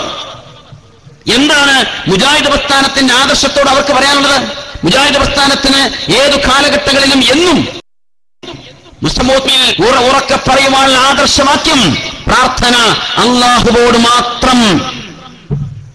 അവരുടെ സംവാദങ്ങൾ ആവശ്യത്തിനായിരിക്കും, അവരുടെ ചർച്ചകൾ ആവശ്യത്തിനായിരിക്കും, അവരുടെ ഖണ്ഡന പ്രസംഗങ്ങൾ ആവശ്യത്തിനായിരിക്കും, അവരുടെ സംസാരങ്ങൾ പ്രബോധന പ്രവർത്തനങ്ങൾ പ്രധാനമായും ആ മേഖലയിലായിരിക്കും. പ്രാർത്ഥന അല്ലാഹുവോട് മാത്രം. ഈ ആദർശവാക്യത്തെ മറികടക്കുക എന്ന ലക്ഷ്യത്തോടു കൂടിയാണ് സമസ്ത രൂപീകരിക്കപ്പെട്ടത് എന്നാണ് ഇതിനർത്ഥം. എന്ന് പറഞ്ഞാൽ മുജാഹിദ് പ്രസ്ഥാനത്തിന്റെ പേരിൽ ഇക്കാലമത്രയും പുത്തൻവാദം ആക്ഷേപിച്ചുകൊണ്ടിരിക്കുന്ന ആളുകൾക്ക് മുജാഹിദ് പ്രസ്ഥാനത്തിന്റെ ഇന്ന വാദങ്ങൾ പുതിയതാണ് എന്ന് സമർത്ഥിക്കുവാൻ ഒരിക്കലും സാധിച്ചില്ല. അതിൽ ഒന്നാമത്തെ വിഷയമാണെന്ന് പ്രാർത്ഥന അല്ലാഹുവോട് മാത്രം. ഇത് പുതിയതാണെന്ന് പറയാൻ ലോകത്താർക്ക് പറ്റും. ഇതൊരു പുത്തൻവാദമാണ്, പുതിയ കണ്ടുപിടുത്തമാണ്. അലൈ മൗലവിയും സെയ്ദ് മൗലവിയും ജമാലുദ്ദീൻ മൗലവിയും അതുപോലെ KM മൗലവിയും MCC സഹോദരന്മാരും ഒക്കെ സ്വയം ഇങ്ങനെ ഗവേഷണം നടത്തി കണ്ടെത്തിയിരിക്കുന്ന ഒരു പുതിയ വാദഗതിയാണ് പ്രാർത്ഥന അല്ലാഹുവോട് മാത്രമെന്ന് പറയാൻ ധൈര്യമുള്ള തന്റെ ഇടമുള്ള പണ്ഡിതന്മാർ കേരളക്കരയിൽ മുമ്പുണ്ടായിട്ടുണ്ടോ, ഇപ്പോഴുണ്ടോ, ഇനിയുണ്ടാകുമോ? എന്തുകൊണ്ട് പടച്ചവനോട് പ്രാർത്ഥിടക്കം ഏറ്റവും മിനിമം ആരംഭിക്കുന്നത് റബ്ബന എന്ന് വിളിച്ചുകൊണ്ട് റബ്ബിനോടാണ്. അതതിന്റെ പാരമ്പര്യം. അതാണ് ഇതിന്റെ പാരമ്പര്യം, അതാണ് ഇതിന്റെ പ്രാമാണികത, അതാണ് പൗരാണികത, അതാണ് പഴയത്. ആ പഴയ പാരമ്പര്യം, മുജാഹിദ് പ്രസ്ഥാനം സ്വീകരിക്കുന്ന ആദർശത്തിന്റെ പാരമ്പര്യം ആദം നബി അലൈഹി സ്വലാത്തു വസ്സലാമിൽ ഏകാധികന്മാരുടെയും പ്രാർത്ഥനകൾ, അതിന് നിങ്ങൾ ഇസ്തിഗാസ എന്നോ ഇസ്തിആനത്ത് എന്നോ ഇസ്തിആദത്ത് എന്നോ ഇസ്തിഗ്ഫാർ എന്നോ എന്ത് പേരിട്ടോളൂ, ഏത് പേരിട്ട് വിളിച്ചാലും ലോകത്ത് കടന്നുപോയിരിക്കുന്ന മുഴുവൻ പ്രവാചകന്മാരും നിർവഹിച്ചിരിക്കുന്ന പ്രാർത്ഥനകൾ ഏതെല്ലാം വിശുദ്ധ ഖുർആൻ എടുത്തു കൊടുത്തുവോ ആ പ്രാർത്ഥനകൾ ആരംഭിക്കുന്നത് റബ്ബന റബ്ബി എന്ന് വിളിച്ചുകൊണ്ടാണ്. അവിടെയാണ് മുജാഹിദ് പ്രസ്ഥാനം നിൽക്കുന്നത്. തീർന്നില്ല. അന്ത്യപ്രവാചകർ മുഹമ്മദ് മുസ്തഫ സ്വല്ലല്ലാഹു അലൈഹി വസല്ലമയെ വിളിച്ചുകൊണ്ട് ഖുർആൻ പ്രത്യേകം പറഞ്ഞു, ഖുൽ ഇന്നമാ അദ്ഉ റബ്ബി വലാ ഉശ്രികു ബിഹി അഹദ. പറയൂ പ്രവാചകരെ, തീർച്ചയായും ഞാൻ എന്റെ റബ്ബിനോട് മാത്രമേ പ്രാർത്ഥിക്കുകയുള്ളൂ, അവനെ ഞാൻ ആരെയും പങ്കുചേർക്കുകയില്ല. പ്രവാചക തിരുമേനി റബ്ബല്ലാത്ത ആരോടെങ്കിലും പ്രാർത്ഥിച്ചേക്കുമെന്ന ഭയപ്പാട് കൊണ്ട് നൽകിയതല്ലോ ഈ നിർദ്ദേശം, മറിച്ച് ലോകാവസാനം വരെയുള്ള വിശ്വാസികളുടെ ആദർശവാക്യമായി നിലനിൽക്കാൻ പ്രാർത്ഥന അല്ലാഹുവോട് മാത്രമെന്ന് അന്ത്യപ്രവാചകർ ആ ആദർശവാക്യമാണ് മുജാഹിദ് പ്രസ്ഥാനത്തിന്റെ ആദർശവാക്യം. ഇതിനെ മറികടക്കുവാനാണ് സമത്വ ഉണ്ടാക്കിയത് എന്നാണ് അവരുടെ അവകാശവാദം. ശരി, എന്നിട്ട് ഈ സമത്വക്കാരുടെ ആദർശ പാരമ്പര്യം എന്താ? മരിച്ചുപോയ മഹാത്മാക്കളെ വിളിച്ചു പ്രാർത്ഥിക്കാനാണല്ലോ. നമ്മളുമായുള്ള സംവാദങ്ങൾ, ചർച്ചകളുടെ കൊട്ടപ്പുറം സംവാദത്തിലെയും ഏറ്റവും അത്തിന്റെ വിഷയവും അതുതന്നെയാണ്. അങ്ങനെ കൊണ്ട് പോയാൽ ഏറ്റവും അവസാനം നടന്നിരിക്കുന്ന കോടമ്പുഴ സംവാദത്തിലെയും വിഷയം മരിച്ചുപോയ മഹാത്മാക്കളോട് തേടുന്നതുമായി ബന്ധപ്പെട്ട വിഷയമാണ്. എന്ന് പറഞ്ഞാൽ സമസ്തക്കാരുടെ അടിസ്ഥാന ആദർശം മരിച്ചുപോയ മഹാത്മാക്കളോട് വിളിച്ചു തേടൽ, അത് അവരുടെ അടിസ്ഥാന ആദർശം. ആ ആദർശത്തിന്റെ പഴക്കം എത്രയാണ് അതിന്റെ പഴക്കം? ഏതാണ് അതിന്റെ പാരമ്പര്യം? ആ പാരമ്പര്യം പരിശോധിക്കേണ്ടതില്ലേ? മരിച്ചുപോയ മഹാത്മാക്കളോട് വിളിച്ചു തേടുക, സഹായം തേടുക, ഇസ്തിഗാസ് നടത്തുക, എന്ത് പേരിട്ടാലും കുഴപ്പമില്ല. ആ പേരുകളിലൊക്കെ അവർ പരിചയപ്പെടുത്തിക്കൊണ്ടിരിക്കുന്ന ആ ആദർശത്തിന്റെ പഴക്കം എന്താണ്? ഞങ്ങളതാണ് കോടമ്പുഴ സംവാദം ചോദിച്ചത്. ആദം അലൈഹി സ്വലാത്തു വസ്സലാം നിർവഹിച്ച അങ്ങനെയുള്ള ഒരു ഇസ്തിഗാസയുടെ ഒരു സംഭവം നിങ്ങൾക്കെടുത്ത് ഉദ്ധരിക്കുവാൻ സാധിക്കുമോ? നൂഹ് നബി അലൈഹി സ്വലാത്തു വസ്സലാം അങ്ങനെ നടത്തിയിരിക്കുന്ന ഒരു സംഭവം എടുത്തുദ്ധരിക്കാൻ പറ്റുമോ? ഇബ്രാഹിം അലൈഹി സ്വലാത്തു വസ്സലാം ഇങ്ങനെ പ്രാർത്ഥിച്ചിരിക്കുന്ന, തേടിയിരിക്കുന്ന, സഹായാർത്ഥന നടത്തിയിരിക്കുന്ന ഒരു സംഭവം എടുത്തുദ്ധരിക്കാൻ പറ്റുമോ? തുടങ്ങി അന്ത്യപ്രവാചകർ മുഹമ്മദ് മുസ്തഫ സ്വല്ലല്ലാഹു അലൈഹി വസല്ലം വരെയുള്ള ഏതെങ്കിലും ഒരു പ്രവാചകൻ തനിക്ക് മുമ്പ് കഴിഞ്ഞു പോയിരിക്കുന്ന ഒരു പ്രവാചകനോടോ ഒരു വലിയനോടോ ഇസ്തിഗാസ നടത്തിയ, സഹായാർത്ഥന നടത്തിയ ഒരു സംഭവം ഉണ്ടെങ്കിൽ വിശുദ്ധ ഖുർആൻ എടുത്തുദ്ധരിക്കണമെന്ന് കോടമ്പുഴ സംവാദത്തിൽ ആവർത്തിച്ച് നമ്മൾ ചോദിച്ചത്. അഹ്സനിമാർ അതിന് മറുപടി പറഞ്ഞില്ല എന്ന് മാത്രമല്ല, മറികടക്കുവാൻ മറ്റു ചില മാർഗങ്ങൾ സ്വീകരിക്കാൻ ചെയ്തത്. ഞാൻ സൂചിപ്പിച്ചത് ഇവരുടെ ഈ ആദർശത്തിന്റെ പാരമ്പര്യം എന്താണ്? ആദം നബിയിലേക്കെത്തില്ല, നൂഹ് നബിയിലേക്കെത്തില്ല, ഇബ്രാഹിം നബിയിലേക്കെത്തില്ല, അയ്യൂബ് നബിയിലേക്കെത്തില്ല, യൂസുഫ് നബിയിലേക്കെത്തില്ല, ഈസാ നബിയിലേക്കെത്തില്ല, മൂസാ നബിയിലേക്കെത്തില്ല, മുഹമ്മദ് നബിയിലേക്കെത്തില്ല. പോകട്ടെ, കുറച്ചുകൂടി താഴോട്ട് വന്നാൽ ആ പ്രവാചകരെ നേരിൽ കണ്ട് അവരിൽ നിന്ന് ഇസ്ലാം മതം സ്വീകരിച്ച് ജീവിച്ചിരിക്കുന്ന യഥാർത്ഥ ഉത്തമ നൂറ്റാണ്ടിൽ ആളുകൾ, സ്വഹാബികൾ, അവരിലേക്ക് പോലും ഇവരുടെ ഈ പാരമ്പര്യം എത്തില്ല. ഏത് പാരമ്പര്യം? മരിച്ചുപോയ മഹാത്മാക്കളോട് സഹായാർത്ഥന നടത്തുക എന്ന വിഷയത്തിലെ പാരമ്പര്യം. എന്നിട്ടവർ പറയുന്നു, ഞങ്ങളാണ് പാരമ്പര്യവാദികൾ, ഞങ്ങൾ സുന്നികളാണ് ആ പാരമ്പര്യത്തിന് കണ്ണി ചേർക്കുന്ന ആളുകൾ, അതുകൊണ്ട് സുന്നി പ്രസ്ഥാനത്തിലേക്ക് കടന്നു വരണം, പാരത്രിക മോക്ഷത്തിനു വേണ്ടി. കിട്ടുമോ? പ്രവാചകന്മാരുടെ പിൻബലമില്ലാത്ത, വിശുദ്ധ ില്ലാത്ത ഒരു പുതിയ വിഷയത്തിലേക്ക് ഈ സമൂഹത്തെ കൊണ്ടുപോകുന്ന ആളുകൾ യഥാർത്ഥത്തിൽ പാരമ്പര്യത്തിന്റെ വക്താക്കളാകുമോ? മാത്രമല്ല, പാരത്രിക മോക്ഷം അവരുടെ കയ്യിലായിരിക്കുമോ? ആണെങ്കിൽ അവർ പറയണം, അവർ പഠിപ്പിക്കണം സമൂഹത്തെ. നൂഹ് നബി നടത്തിയിരിക്കുന്ന മരിച്ചു പോയവരോടുള്ള ഇസ്തിഗാസ ഏതാണ്? ഇബ്രാഹിം നബി നടത്തിയിരിക്കുന്ന മരിച്ചുപോലുള്ള ഇസ്തിഗാസ ഏതാണ്? അങ്ങനെ തുടങ്ങി മുഹമ്മദ് മുസ്തഫ സ്വല്ലല്ലാഹു അലൈഹി വസല്ലം വരെ നടത്തിയിരിക്കുന്ന മരിച്ചുപോലുള്ള ഇസ്തിഗാസ ഏതാണ്?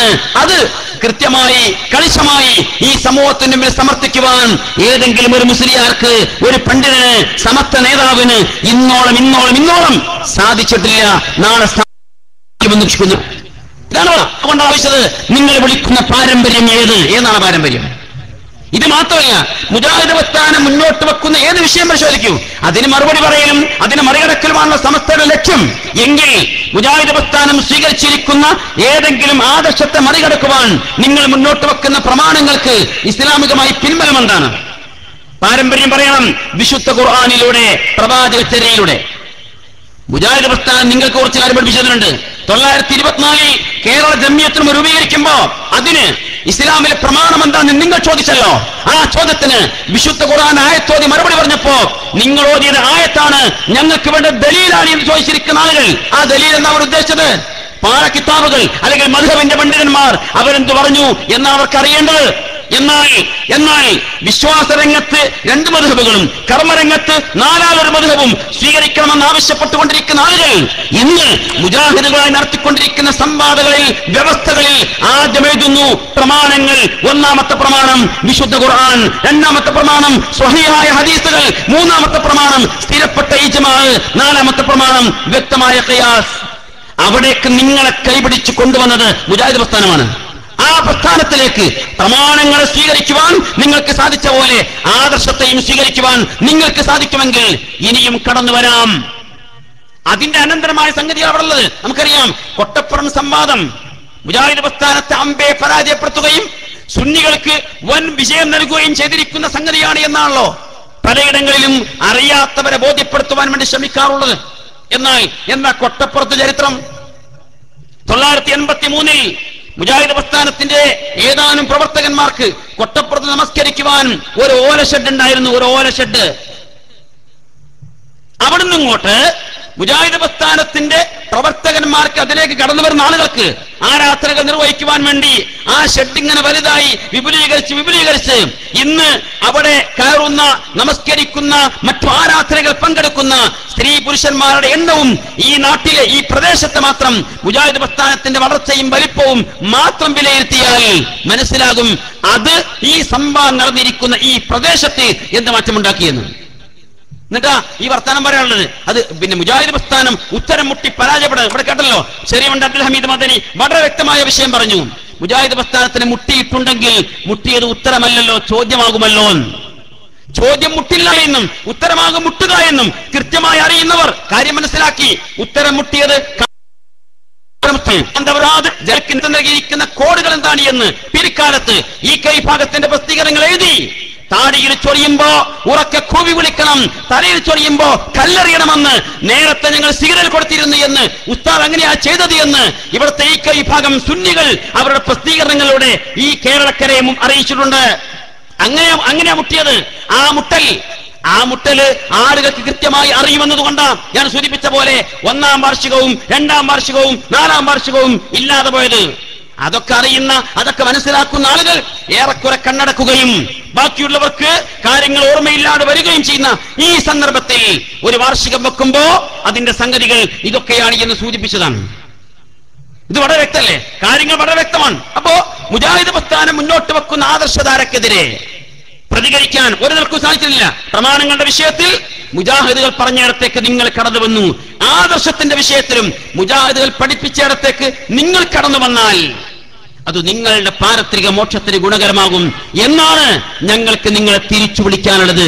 ഞങ്ങളെ വിളിക്കാൻ നിങ്ങൾ അർഹരല്ല, യോഗ്യരല്ല. നിങ്ങൾക്കതിനുള്ള കഴിവും പ്രാപ്തിയും അറിവും ആദരവും ലഭിച്ചിട്ടില്ല, ലഭിക്കുകയുമില്ല. ഇതാണ് ആ വിഷയങ്ങളുടെ വസ്തുത. തീർന്നില്ല. മുജാഹിദ് പ്രസ്ഥാനത്തിന്റെ സംവാദങ്ങൾ പുതിയതല്ലല്ലോ. നേരത്തെ CP മുർസലമി ശ്രദ്ധയിൽപ്പെടുത്തി പൂനൂർ സംവാദത്തിലെ അലയുമാലിയുടെ ചോദ്യം, ആ ചോദ്യം അന്നുത്തരമുണ്ടായില്ല എന്നത് പോട്ടെ. കാരണം ആദ്യമായി കിട്ടിയൊരു ചോദ്യം, പിന്നെ അപ്രതീക്ഷിതമായി കിട്ടിയിരിക്കുന്ന ഒരു ചോദ്യം. അതുകൊണ്ട് തന്നെ ഉത്തരം പറയാൻ സാധിക്കാതെ പതി അബ്ദുൽ ഖാദർ മുസ്ലിയാർ പത്തിമടക്കിയത് നമുക്ക് തൽക്കാലം വിട്ടുകൊടുക്കാം. പക്ഷേ അവിടുന്ന് അങ്ങോട്ടുള്ള പിന്നീടുള്ള കാലഘട്ടങ്ങളിൽ ചോദ്യോത്തരത്വം അബ്ദുൽ ഖാദർ മുസ്ലിയാർക്കോ അദ്ദേഹത്തിന് കൂടെ നിൽക്കുന്ന ആളുകൾക്കോ സാധിച്ചില്ല. 25 കൊല്ലം സാധിച്ചില്ല. 25 കൊല്ലം അലയുമലി ചോദിച്ചിരിക്കുന്ന ആ ചോദ്യത്തിന് 25 കൊല്ലം ഉത്തരം പറയാൻ കഴിഞ്ഞില്ല. 25 കൊല്ലം കഴിയുമ്പോ അതേ പൂനൂരിൽ നടക്കുന്ന മറ്റൊരു സംഭവത്തിൽ E.K. ഹസൻ മുസ്ലിയാർ ഉത്തരം പറയാൻ ശ്രമിക്കുന്നു. അതവിടെ നേരല്ലോ അനുഭവിച്ചിരിക്കുന്ന ചോദ്യത്തിന് നമ്മൾ ആയത്തോതിയിട്ടില്ല, ഉത്തരം പറഞ്ഞിട്ടില്ല, അതുകൊണ്ട് ഞാനിതാ പറയുന്നു എന്ന് പറഞ്ഞുകൊണ്ട് പുതിയ ആയത്തുകൾ എടുത്ത് ഗവേഷണം തുടങ്ങുകയാണ്. നേരത്തെ നസാഫ് മൗലവി പറഞ്ഞ പോലെ അങ്ങനെ ഗവേഷണം നടത്തുവാൻ നിങ്ങൾക്ക് എന്ത് അധികാരം? ശരിയമുണ്ടോ സൂചിപ്പിച്ചു. ഈ സ്വന്തമായി ഇജ്തിഹാദ് നടത്തുവാൻ നിങ്ങൾക്ക് എന്ത് അധികാരം? നിങ്ങളെ സമൂഹത്തെ പഠിപ്പിക്കുന്നത് നമ്മുടെ മാർഗം മദ്ഹബുകളാണ്. മദ്ഹബിന്റെ കിതാബുകളിൽ എന്തുണ്ട്? അതാ നമ്മുടെ വിശ്വാസം, അതാ നമ്മുടെ ആദർശം, അതാ നമ്മുടെ ആചാരം, അതാ നമ്മുടെ അനുഷ്ഠാനം. അതിലേക്ക് എന്തെങ്കിലും ചേർക്കാനോ കുറക്കുവാനോ നമുക്ക് അവകാശമില്ല. മാത്രമല്ല ഇജ്തിഹാദിന്റെ വാതിലുകൾ ആ മദ്ഹബിന്റെ ഇമാമുമാരോടുകൂടി കൊട്ടിയടക്കപ്പെട്ടിരിക്കുന്നു എന്ന് സമൂഹത്തിന്റെ മുമ്പിൽ സമർത്ഥിക്കുവാൻ ശ്രമിക്കുന്ന ആളുകൾ സ്വന്തമായി ആയത്തുകൾ വ്യാഖ്യാനിച്ച് അഥവാ ദുർവ്യാഖ്യാനിച്ച് പടച്ച റബ്ബിനെ മറികടന്ന് മരിച്ച മഹാത്മാക്കളെ വിളിച്ചു തൊടുവാൻ തെളിവുണ്ടാക്കുന്നതിന്റെ ഏറ്റവും പ്രകടമായ ഉദാഹരണമാണ് പൂനൂരിലെ 2ാം സംവാദത്തിൽ EK ഹസൻ മുസ്ലിയാർ കാഴ്ചവെച്ചത്. അതുകൊണ്ട് തന്നെ AP വിഭാഗത്തിന് നമുക്കറിയാം, പ്രത്യേകിച്ചും AP വിഭാഗത്തിന് ഏറ്റവും വലിയ കൂറും താല്പര്യമൊക്കെ EK അബൂബക്കർ മുസ്ലിയാരേക്കാൾ EK ഹസൻ മുസ്ലിയാരോട് ആണ് എന്നത് അതിന്റെ മറ്റൊരു ഭാഗമാണ്.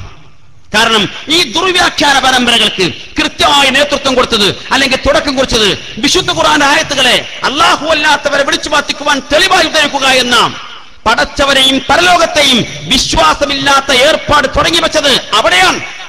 അതാണ് ഈ വസ്തുത. എങ്കിൽ അവിടെ നിന്നിങ്ങോട്ട് പിന്നീട് ആയത്തുകൾ ഇങ്ങനെ ഇവിടെ അലിമദനി ചില നമ്പറൊക്കെ പറഞ്ഞല്ലോ, ആയത്തുകൾ ഇങ്ങനെ എണ്ണി എണ്ണി എണ്ണി ദുർവ്യാഖ്യാനം ചെയ്തു. 1 അല്ല 2 അല്ല 10 അല്ല 20 അല്ല, ദശക്കണക്കിന് ആയത്തുകൾ അല്ലാഹു അല്ലാത്തവരെ വിളിച്ചു പ്രാർത്ഥിക്കുവാനുള്ള തെളിവ് എന്ന വ്യാജേന ആളുകൾക്കിടയിൽ ഓതി തുടങ്ങി.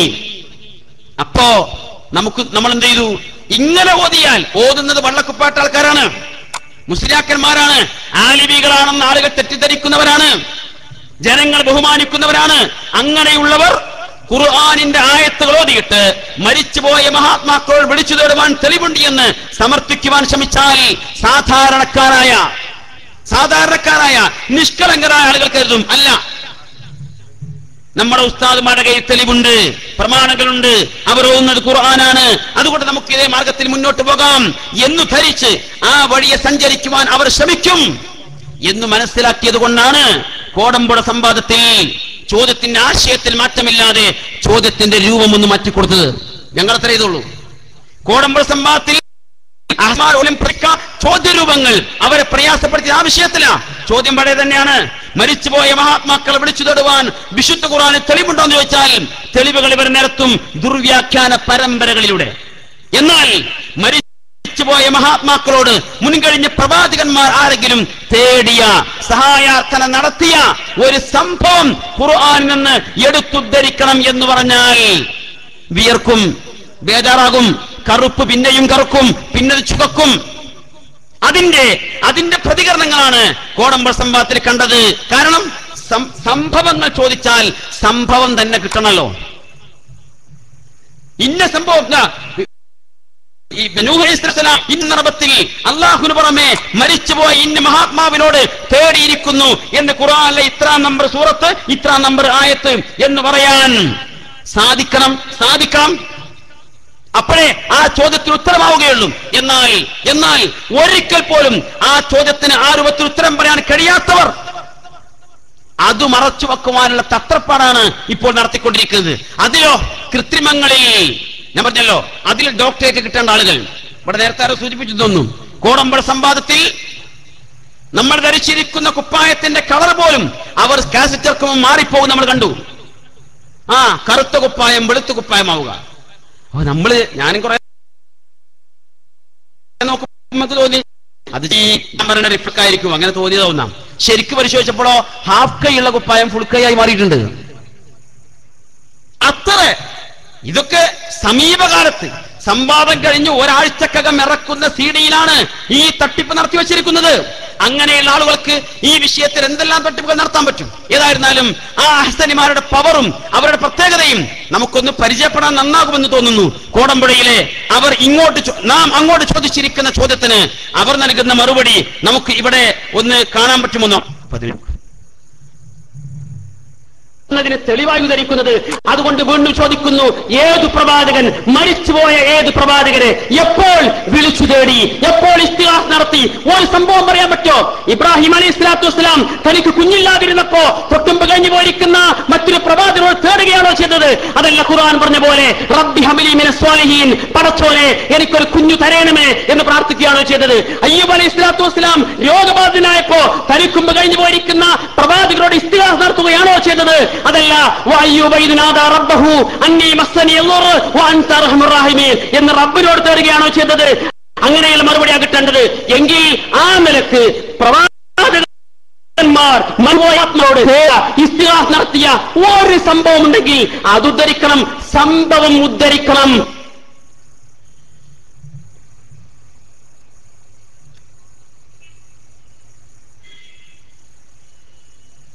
ഉദാഹരണം പറയാം. നബി സല്ലല്ലാഹു ഒരാൾ വാദിക്കുകയാണ് ഖുർആൻ ക്രോഡീകരിക്കുന്നത് ശിർക്കാണ്. ഒരാൾ വാദിച്ചു, എന്തൊക്കെ ശിർക്കാവുന്ന കാലല്ലേ. അപ്പൊ ഒരാൾ അങ്ങനെ വാദിച്ചു. അപ്പോൾ ശിർക്കല്ലാന്ന് മറ്റൊരാളും വാദിച്ചു. ശിർക്കാണെന്ന് വാദിക്കുന്ന ആളുടെ ചോദ്യം, നബി സല്ലല്ലാഹു അലൈഹി വസല്ലം തങ്ങൾ ഖുർആൻ ക്രോഡീകരിച്ചതായി തെളിവുദ്ധരിക്കാമോ? എന്ത് പച്ച പൊട്ടത്തരാണ് അതൊക്കെ, അല്ലേ?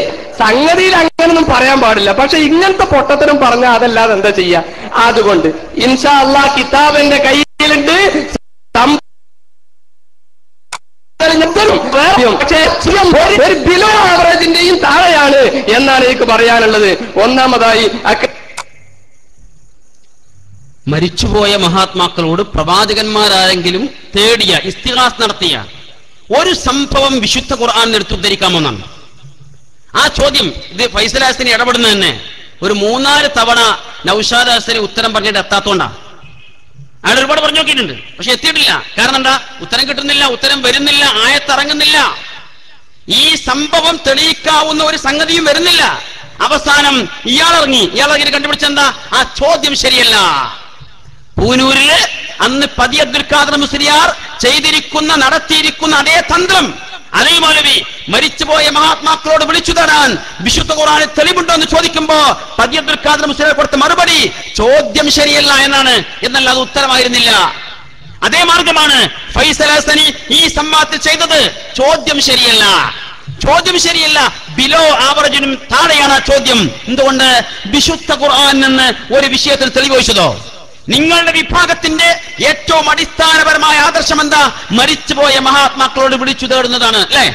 അല്ലെന്ന് പറയാൻ പറ്റുമോ? കാരണം മുജാഹിദുകളുമായി നടത്തിയ മുഴുവൻ സംവാദങ്ങളും പരിശോധിക്കുക. അതിൽ 90-95% സംവാദങ്ങളും ഇസ്തിഗാസയുടെ വിഷയത്തിലാണ്. പ്രധാനപ്പെട്ട മുഴുവൻ സംവാദങ്ങളും ഇസ്തിഗാസയുടെ വിഷയത്തിലാണ്. ഞങ്ങളുമായി നടത്തുന്ന സംവാദങ്ങളുടെ ഒക്കെ അടിത്തറതാണ്. കാരണം തൗഹീദുമായി ബന്ധപ്പെട്ട വിഷയം. നിങ്ങളുടെ അടിസ്ഥാന ആദർശം മരിച്ചുപോയ മഹാത്മാക്കളെ വിളിച്ചു തേടാം എന്നല്ലേ? എങ്കിൽ ആ ആദർശം തെളിയിക്കുവാൻ അതിനനുകൂലമായിരിക്കുന്ന ഒരു സംഭവം വിശുദ്ധ ഖുർആനിലുണ്ടോ? നമ്മൾ വെറുതെ വെച്ചതല്ല. പ്രവാചകന്മാർ അള്ളാഹുവോട് തേടിയ സംഭവങ്ങൾ എടുത്തുദ്ധരിച്ചുകൊണ്ടാണ് നമ്മൾ ചോദിച്ചത്. അതുപോലൊരു സംഭവം മരിച്ചുപോയ മഹാത്മാക്കളോട് തേടിയത് എടുത്തുദ്ധരിക്കുവാൻ ഉണ്ടോ എന്നാണ്. ഇല്ലാത്തത് കൊണ്ട് ഇല്ലെന്ന് പറയുന്നത് പ്രയാസമായതിനാൽ ചോദ്യം ശരിയല്ല. അത് ആവറേജിൽ ഈ സംഭവത്തിൽ ശ്രമിച്ചത്. എന്നാൽ ഇവര് ആളില്ലാത്ത പോസ്റ്റിൽ ഗോളടിക്കുന്നതിൽ വളരെ മികവ് കാണിക്കുന്ന ആളാണ്. ഇപ്പോ അടുത്ത കാലത്ത് അനൗൺസ്മെന്റ് കിട്ടു ഈ കൂടുതലായതിനെ കുറിച്ച്. എന്താ അറിയോ? 100 കണക്കിന് മുഖാമുഖങ്ങൾ, 1000 പ്രഭാഷണങ്ങൾ, കേരളത്തിന്റെ അനുഗ്രഹീത പ്രഭാഷകൻ. ഞാനിതിങ്ങനെ കാതോർത്തപ്പോൾ എനിക്ക് മനസ്സിലായി, ഇത് ഇങ്ങോട്ടല്ല പോക്ക്, ഇത് കോട്ടക്കുന്ന് കാരന്തുർക്കുള്ള വെടിയാണ് എന്ന് പറഞ്ഞാൽ സക്കാഫി അഹ്സനി ഫൈറ്റിനിടയിലുള്ള ചില സംഗതികളുടെ വിഷയം ഏറ്റക്കുറവുകളാണ്. ഞങ്ങൾക്ക് തിരിച്ചറിയാൻ വലിയ അധിക ബുദ്ധിയൊന്നും വേണ്ട, കാര്യം തിരിച്ചറിയും. ഇരിക്കട്ടെ, ഞങ്ങൾ ചോദിച്ചു അഹ്സനിമാരോട്, നിങ്ങൾ നടത്തിയിരിക്കുന്ന 100 കണക്കിന് സംവാദങ്ങൾ എവിടെ? 100 കണക്കിന് സംവാദങ്ങൾ എവിടെ? ആരോട്? ആ ഡേറ്റും സ്ഥലവും ഒന്ന് പറയാൻ പറ്റുമോ? അതുപോലെ മുഖാമുഖങ്ങൾ എവിടെ? ആ ഡേറ്റും സ്ഥലവും ഒന്ന് പറയാൻ പറ്റുമോ? ഇല്ല. ഇത് ആളുകൾക്കിടയിൽ ഇവരുടെ പേരിന് പൊലിമയുണ്ടാക്കുവാൻ വേണ്ടി പ്രചരിപ്പിച്ചുകൊണ്ടിരിക്കുന്ന പ്രചരണങ്ങൾ മാത്രമാണ്. എന്നാൽ മുഖാമുഖങ്ങളാകുമ്പോ എതിർകക്ഷി ഉണ്ടാവില്ലല്ലോ. എതിർകക്ഷിയില്ല, എതിർപക്ഷത്തെ പണ്ഡിതന്മാരില്ല, സമയനിഷ്ഠയില്ല, അതുപോലെ വ്യവസ്ഥയില്ല. ആരെന്ത് ചോദിച്ചാലും ഉസ്താദുമാർ പറയുന്നതാണ് മറുപടി, അതിനപ്പുറത്തേക്ക് പോകാനും കഴിയില്ല. അതുകൊണ്ട് തന്നെ അങ്ങനെയുള്ള വേദികളിൽ ഇതേ അഹ്സനിമാർ ചില ചോദ്യങ്ങൾക്ക് ഉത്തരം പറയുന്നതിന് ഒരു ഭാഗുണിശത്തിൽപ്പെടുത്താം. 10 പറഞ്ഞു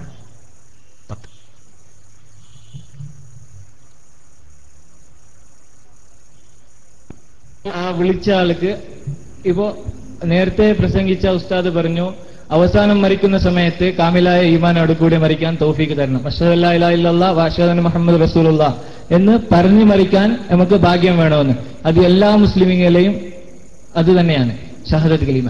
ആ പറഞ്ഞിട്ട് എന്തായാലും അപകടം സംഭവിച്ച ആ സുഹൃത്തിന് ഹോബിയായിട്ട് വന്നതാണ് മൊഹീദ്ദീൻ ശേഖ് തങ്ങളെ എന്ന് വിളിച്ചിട്ട്.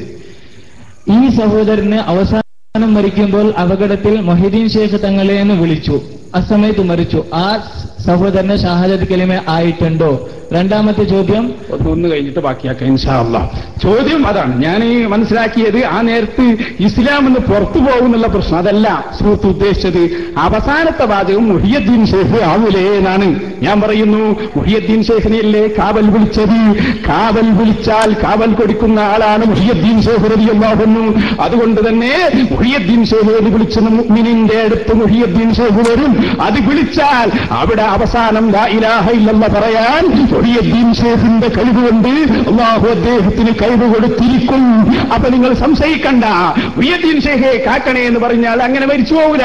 ആ മുഹിയുദ്ദീൻ ഷേഖിന്റെ കാവൽ അപ്പ കിട്ടും. ഉടനെ അവൻ ലാ ഇലാഹ ഇല്ലല്ലാഹ് കൂടി പറയും. അതും കൂടി പറഞ്ഞിട്ടേ അവൻ മരിക്കൂ. ഇതാണ് ബാംഗ്ലൂരിൽ വെച്ച് ഇയാൾ നടത്തിയിരിക്കുന്ന മുഖാമുഖത്തിലെ ചോദ്യോത്തരമാണത്. എന്ന് പറഞ്ഞാൽ ഒരു മനുഷ്യൻ ഇങ്ങനെ മൊഹീദ്ദീൻ ഷേഖെ വിളിച്ചുകൊണ്ടിരിക്കുക. അതിനാൾക്കാർ മരിച്ചുപോയി. മൊഹീദ്ദീൻ ഷേഖ് എന്ന് വിളിച്ചുകൊണ്ട് ഒരാൾ മരണപ്പെട്ടാൽ അയാൾക്ക് അഷ്ഹദു അല്ലാ ഇലാഹ ഇല്ലല്ലാഹ് വ അഷ്ഹദു അന്ന മുഹമ്മദ് റസൂലുള്ളാഹ് എന്ന് ചൊല്ലി ഈമാനോടുകൂടി മരിക്കുന്ന അവസ്ഥ ഉണ്ടാകുമോ എന്നാണ് ചോദ്യം. അതിന് ഹസന്റെ മറുപടി എന്താ? മൊഹീദ്ദീൻ ഷേഖ് എന്നൊരാൾ വിളിച്ചാൽ മൊഹീദ്ദീൻ ഷേഖിനോട് ചോദിക്കുന്നത് കാവലാണ്. കാവൽ ചോദിച്ചാൽ മൊഹീദ്ദീൻ ഷേഖ് തരും. അതിനാൽ മൊഹീദ്ദീൻ ഷേഖ് എന്ന് വിളിച്ചു മരിക്കുന്ന ആള് ആ മരിക്കുന്ന മുമ്പ് തന്നെ അയാൾക്ക് കലിമ ചൊല്ലുവാനുള്ള കഴിവ് മൊഹീദ്ദീൻ ഷേഖിന്റെ കഴിവ് കൊണ്ട് അള്ളാഹു അദ്ദേഹത്തിന് പ്രത്യേക കഴിവ് കൊടുക്കും. അങ്ങനെ കലിമ കൂടി ചൊല്ലിക്കൊണ്ട് അദ്ദേഹം മരിക്കുകയുള്ളൂ. എന്താ അതിന് തെളിവ്? ഹസനിന്റെ തൊള്ള. ഇത് അള്ളാഹു റസൂല പറഞ്ഞ കാര്യമില്ല, വിശുദ്ധ ഖുർആനിലില്ല, പ്രവാചക ചര്യയിലില്ല. ഇവരുടെ പ്രമാണങ്ങളായിരിക്കുന്ന മദ്ഹബിന്റെ ഏത് ഗ്രന്ഥം പരിശോധിച്ചാലും കാണാൻ പറ്റൂല. മദ്ഹബിന്റെ ഒരു ഗ്രന്ഥം പരിശോധിച്ചാലും ഒരാൾ മൊഹീദ്ദീൻ ഷേഖ് എന്ന് വിളിച്ചുകൊണ്ട് മരണപ്പെട്ടാൽ ആ സമയത്ത് മൊഹീദ്ദീൻ ഷേഖ് അയാൾക്ക് പ്രത്യേക കഴിവ് കൊടുത്ത് അയാൾക്ക് കലിമ കൂടി ചൊല്ലിക്കൊണ്ട് മരിക്കാൻ അവസരമുണ്ടാകും എന്ന് ലോകത്ത് നിലവിലുള്ള മദ്ഹബിന്റെ ഗ്രന്ഥങ്ങളിൽ പോലും ആരും രേഖപ്പെടുത്തിയിട്ടില്ല. പച്ചക്കള്ളം. അവനവന് തോന്നിയതുപോലെ മറുപടി പറയാ. അതാണ് മുഖാമുഖം എന്ന് പറഞ്ഞത്. ഇതിനെക്കുറിച്ച് ഇസ്മായിൽ സഖാഫി ഗെയിം എന്ന് പേരിട്ട് അത് വേറെ പറയേണ്ട കാര്യമാണ്. ഇതാണ് ഇപ്പോൾ നടക്കുന്ന അഹ്സനിമാരുടെ അവസ്ഥ. സംവാദങ്ങളിലാകുമ്പോ എങ്ങനെയാ തിരിമറി, അതുപോലെ വാദപ്രവാദങ്ങൾ എങ്ങനെയാ, മുഖാമുഖങ്ങൾ എങ്ങനെയാ, കണ്ണട പ്രസംഗങ്ങൾ എങ്ങനെയാ, ഓരോ തലത്തിലും ഓരോ രൂപത്തിലും അങ്ങനെയാ ഇറങ്ങി വരുന്നത്. ഇതൊക്കെ ഞാൻ സൂചിപ്പിച്ച പോലെ കൊട്ടപ്പുറം സംവാദത്തിൽ പൂനൂരിലെ രണ്ടാം പൂനൂർ സംവാദത്തിൽ E.K. ഹസൻ മുസ്ലിയാർ തുടങ്ങി വെച്ച് കൊട്ടപ്പുറം സംവാദത്തിൽ കാന്തപുരം മുസ്ലിയാർ ഏറ്റെടുത്ത് അവിടുന്ന് കൊണ്ട് തുടച്ച കിട്ടി പോരുന്ന ഈ ദുർവ്യാഖ്യാന പരമ്പരയുടെ ഇപ്പോഴത്തെ കണ്ണിയിലാണ് അഹ്സനിമാർ എത്തി നിൽക്കുന്നത്. കൊട്ടപ്പുറം സംവാദത്തിൽ നമുക്കറിയാം, അല്ലാഹു അല്ലാത്തവരെ വിളിച്ചു മാറ്റിക്കുവാനുള്ള തെളിവ് ചോദിക്കുമ്പോ ഉണ്ട് മൗലവി ഉണ്ട് എന്ന് പറഞ്ഞുകൊണ്ട് വിശുദ്ധ ഖുർആൻ ആയത്തോതി രംഗത്ത് വന്നിരിക്കുന്ന കാന്തപുരം ഉസ്താദ്, അയാൾ എന്തുമാത്രം കളവുകളാണ് അത് ആ സന്ദർഭത്തിലും അതിനുശേഷവും കേരളീയ സമൂഹത്തോട് പറഞ്ഞു വെച്ചത്. നമ്മൾ പറയേണ്ടത് അവർ തന്നെ പറയുന്നുണ്ട്, അവർ തന്നെ പൊളിക്കുന്നുണ്ട്. ഞാൻ അതിലേക്ക് വിശദമായി വരുന്നില്ല. പക്ഷേ അവിടെ നിങ്ങോട്ട് വന്നിരിക്കുന്ന അദ്ദേഹം, അതിനെ ഏറ്റുപിടിച്ചുകൊണ്ട് കടന്നു വന്നിരിക്കുന്ന ഈ ആളുകൾ സഖാഫിമാരും അഹ്സനിമാരും ഏതു ആയത്തുകളെയും ഏതു സന്ദർഭത്തിലും എങ്ങനെയും ദുർവ്യാഖ്യാനം ചെയ്യുന്നതിൽ ഒരു മടിയുമില്ലാതെ മുന്നോട്ട് പോകുന്നു. ആ ആളുടെ ഇപ്പോഴത്തെ അവസ്ഥ എന്താ? കാന്തപുരം A.P. അബൂബക്കർ മുസ്ലിയാരുടെ ഇപ്പോഴത്തെ അവസ്ഥ എന്താ? അയാൾ മഹാപണ്ഡിതനാ ആവട്ടെ, ഒരുപാട് സ്ഥാപനങ്ങൾ നടത്തട്ടെ, കോടിക്കണക്കിന് രൂപയുടെ ആസ്തിയുണ്ട് ഉണ്ടാവട്ടെ. പക്ഷേ അയാളുടെ ഇപ്പോഴത്തെ അവസ്ഥ എന്താ? അയാൾ കേവലം ഒരു സാധാരണ മുടിക്കച്ചവടക്കാരൻ. അവിടേക്കാണ് അതപ്പതിച്ചത്. ഒരു മുടിക്കച്ചവടക്കാരന്റെ റോളിലേക്ക് അയാൾ അതപ്പതിച്ചു. അത് കഴിയുമ്പോഴോ പിന്നെ തുടങ്ങുന്നു പൊടിക്കച്ചവടം. ഇപ്പൊ മീൻകച്ചവടം കൂടി തുടങ്ങിയിട്ടുണ്ടെന്നാണ് നേരത്തെ നമ്മുടെ മൗലവിയോട് സൂചിപ്പിച്ചത്. ഇത് എന്താണ് ഈ പറഞ്ഞു വരുന്നത്? വിശുദ്ധ ഖുർആൻ വളരെ വ്യക്തമായി പറഞ്ഞല്ലോ, സത്യവിശ്വാസികളെ യാ അയ്യുഹല്ലദീന ആമനു, കരുതിയിരിക്കണം. ഇന്ന കസീറൻ മിനൽ അഹ്ബാരി വറുഹ്ബാൻ ലയഅകുലൂന അംവാലൻ നാസ് ബിൽ ബാത്തിൽ വയസുദ്ദൂന അൻ സബീലില്ലാഹ്. സത്യവിശ്വാസികളെ കരുതിയിരിക്കണം. തീർച്ചയായും ആത്മിക പണ്ഡിതന്മാരും ആത്മിക പുരോഹിതന്മാരും ജനങ്ങളുടെ സമ്പത്ത് അന്യായമായി തിന്നുക തന്നെയാണ്. മാത്രമല്ല അവരെ യഥാർത്ഥ മാർഗ്ഗം വഴിതെറ്റിക്കുകയുമാണ്. ഒരു വൻകെട്ടിയും ഒന്നിച്ച് പോക്കറ്റടിക്കുന്ന പദ്ധതിയാണ് മുസ്ലിയാക്കന്മാർ പണ്ഡിതന്മാർ നിർവഹിച്ചു കൊണ്ടിരിക്കുന്നത് എന്നാണ് ഖുർആൻ പറഞ്ഞത്. ഇവിടെ ന്യൂനപക്ഷം പണ്ഡിതന്മാർ എങ്ങനെയാണ് എന്ന് ഖുർആൻ പറഞ്ഞിരുന്നുവെങ്കിൽ നിങ്ങൾക്ക് പറയാം അത് മുജാഹിദുകളെ കുറിച്ചാണ്. കാരണം കേരളത്തിൽ എന്നല്ല എവിടെ നോക്കിയാലും മുജാഹിദുകൾ ന്യൂനപക്ഷം തന്നെയാണ്, സംശയമൊന്നുമില്ല.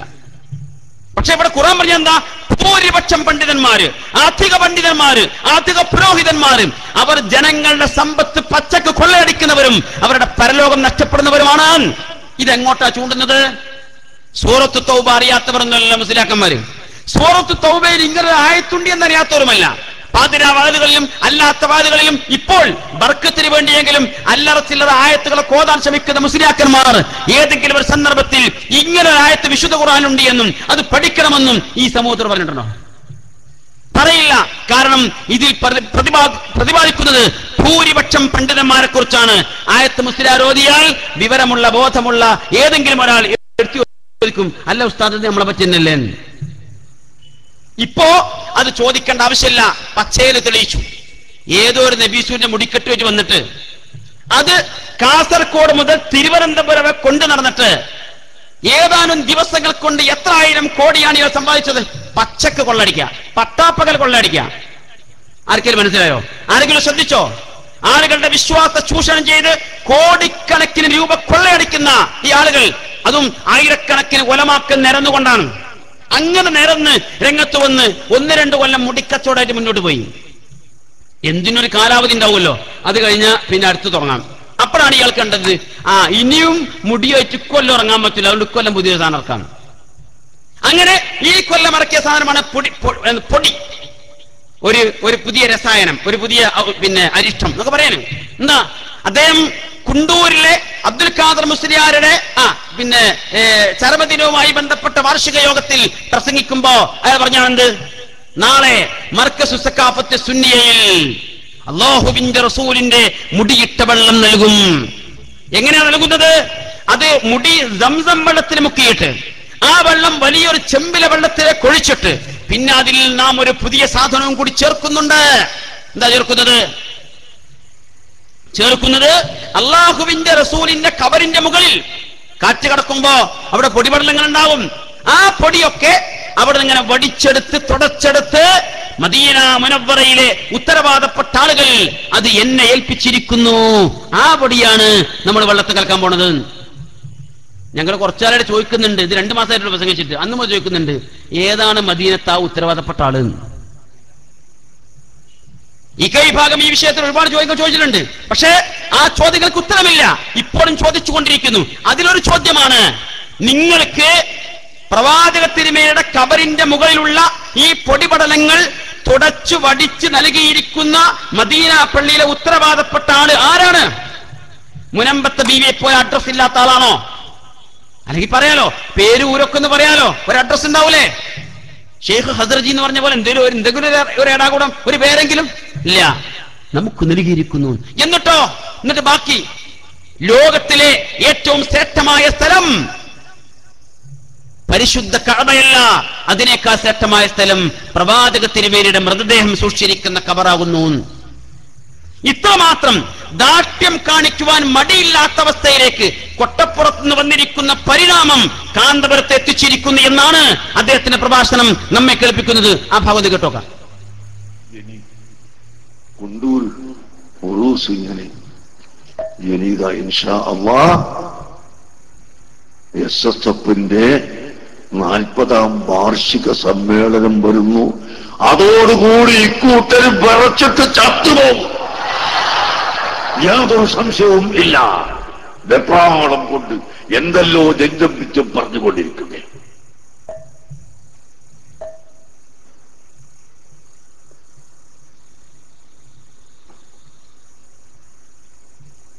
നബി സല്ലല്ലാഹു അലൈഹി വസല്ലം തങ്ങളുടെ ആസാറുകളെ ഞങ്ങൾ ബഹുമാനിക്കുന്നതിന് നിങ്ങൾക്കെന്താ?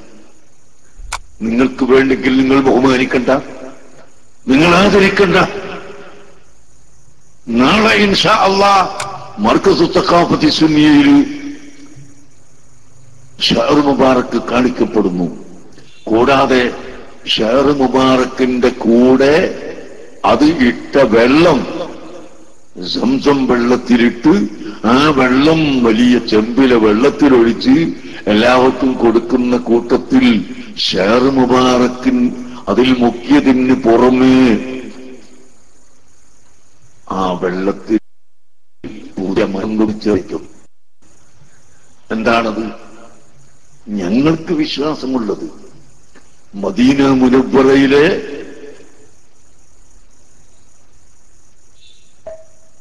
തുർബത്തുൽ ഹുജ്റത്ത് ശരീഫ അഷ്റഫുൽ ഖൽഖ് സല്ലല്ലാഹു അലൈഹി വസല്ലമ തങ്ങളുടെ ഖബർ ഷരീഫിന്റെ മുകളിൽ സാധാരണ തുടക്കാറുണ്ട്. ആ കമ്പിവലയുടെ ഉള്ളിലൂടെ കാറ്റ് കടക്കുകയും അതിലൂടെ പൊടി കടക്കുകയും ചെയ്യുമ്പോൾ ചെറിയ നേരിയ പൊടി അവിടെയുണ്ടാകും. അതിന്റെ പുറമേ അവിടുത്തെ ആ ഖബർ ഷരീഫിന്റെ മുകളിൽ ചന്ദനത്തിന്റെ പൊടി ഇടാറുണ്ട്. അതെല്ലാം കൂടി എടുത്തിട്ട് മദീന മുനവ്വറയിലെ പ്രധാനപ്പെട്ട ആളുകൾ ആ റൗളത്തു ഷരീഫ് നോക്കുന്ന ആളുകളുടെ കൈവശത്തിലുള്ളതാണ്. അതാണ് തുർബത്തുൽ ഹുജ്റത്ത് ശരീഫ. അത് വിനീതനായ എനിക്ക് തന്നു. നാളെ നിങ്ങൾ കുടിക്കുന്ന വെള്ളത്തിൽ അതും കൂടി ചേർത്തിയതാണ് എന്ന് ഞാൻ നിങ്ങളോട് പറയുന്നു. ഇവൻ വല്ലാത്തൊരു പഴഞ്ചനാണ് എന്ന് പറഞ്ഞാൽ പഴഞ്ചനായിക്കോട്ടെ, നമ്മൾ പഴഞ്ചനായിക്കോട്ടെ, നമ്മുടെ പഴഞ്ചന്മാര് തന്നെ. അതിന് ബർക്കത്തുണ്ട്. സയ്യിദുനാ റസൂലുള്ളാഹി സല്ലല്ലാഹു അലൈഹി വസല്ലമ തങ്ങളുടെ ഖബർ ശരീഫ് അതാണ് ലോകത്ത് വെച്ച് ഏറ്റവും ബഹുമാനപ്പെട്ട സ്ഥലം. കഅബത്തിനേക്കാളും ബഹുമാനമുള്ളത് അവിടുത്തെ ഖബർ ശരീഫാണ്.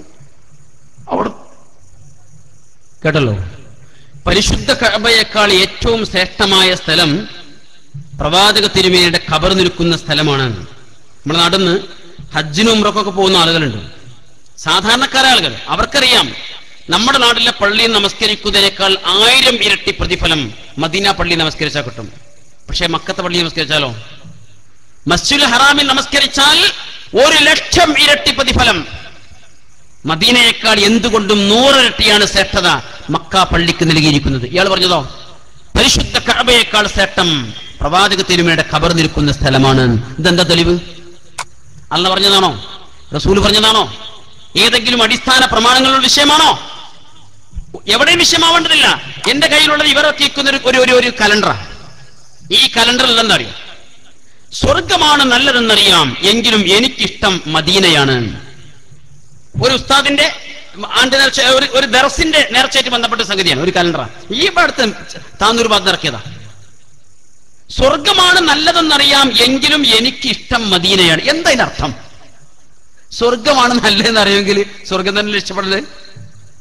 വിഷയം എന്താ? മൗലവിമാർക്ക് കൃത്യമായിട്ട് അറിയാം എന്തായാലും ആ സ്വർഗം നമുക്ക് കിട്ടാൻ പോണില്ല.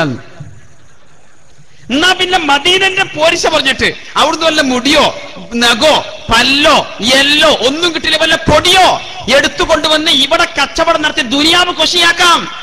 അത് തീരുമാനിച്ചിരിക്കുന്ന ഉസ്താദുമാരുടെ കണ്ടുപിടുത്തമാണത്. ഇതൊരു കലണ്ടറാക്കിയിട്ട് വീടുകൾ തോറും കുട്ടി ഈ കോലത്തിലേക്ക് പോകുന്നൊരു ടീം. അതിന്റെ കൂടെ പറഞ്ഞാണ് ഇപ്പൊ പുതിയ സാധനം. എന്ത്? മദീന പള്ളിയിലെ പ്രവാചക തിരുമേനിയുടെ ഖബറിന് മുകളിലുള്ള പൊടി. അതിന് മൂപ്പര് പേരിട്ടു. കേട്ടായിരിച്ചും ഇത് പിന്നെ ഖാദിമുൽ ഹറമൈൻ പിന്നെ അബ്ദുള്ള രാജാവ് ഇവരൊക്കെ ഇങ്ങനെ പ്രത്യേക, അല്ലെങ്കിൽ അവിടുത്തെ ഔക്കാഫൊക്കെ കൂടിയിട്ട് ഇങ്ങനെ പ്രത്യേകം പേരിട്ട് ഇങ്ങനെ റെഡിയാക്കി വെച്ച മുതലാണെന്നാ. എന്താ പേര്? തുർബത്ത് ഹുജ്റത്ത് ശരീഫ. എന്താണ് നേരെ മലയാളർത്ഥം? അത് ശരിക്കുള്ള അർത്ഥം ഏതോ ഒരു ഷെരീഫാന്റെ റൂമിലുള്ള പൊടിയാണിത്. നേരത്തെ കൊണ്ടുവന്ന നബീസാന്റെ മുടിയാണെങ്കിൽ ഇത് ഷെരീഫാന്റെ പൊടി. ഇതവിടെ കച്ചവടാക്കണത്. എന്നിട്ട് പറയാ മദീന മുനവ്വറയിലെ ഉത്തരവാദപ്പെട്ട ഏറ്റവും പ്രധാനപ്പെട്ട ആളുകൾ അത് നമ്മുടെ കയ്യിൽ നൽകിയിരിക്കുന്നു, അത് നാളെ വെള്ളത്തിൽ ചേർക്കാണ്. ഉസ്താദാണ് ചേർത്ത് കൊടുത്താൽ വാങ്ങി കുടിക്കാൻ മോന്താൻ പാകത്തിന് തിരുവായ്ക്കെതിർവായില്ല എന്ന നിലക്ക് പിന്നാലെ നടക്കുന്ന ആളുകൾ കൂടെ ഉണ്ടെങ്കിൽ എന്തും ചെലവാകും. പക്ഷേ ഈ പൊടി ആരോ കുടിച്ചു നോക്കിയിട്ടുണ്ട്, വയറിളക്കം പിടിച്ചോ എന്ന് എനിക്കറിയില്ല, അതുകൊണ്ട് ഇതിന്റെ പോരിശ വല്ലാതെ ഇറങ്ങിയില്ല. അതിന്റെ പിറകെയാണ് ഇപ്പോ പുള്ളിമീനിന്റെ കഥയുമായി വന്നുകൊണ്ടിരിക്കുന്നത്. ഇത് നിസ്സാരമായ വിഷയമല്ല.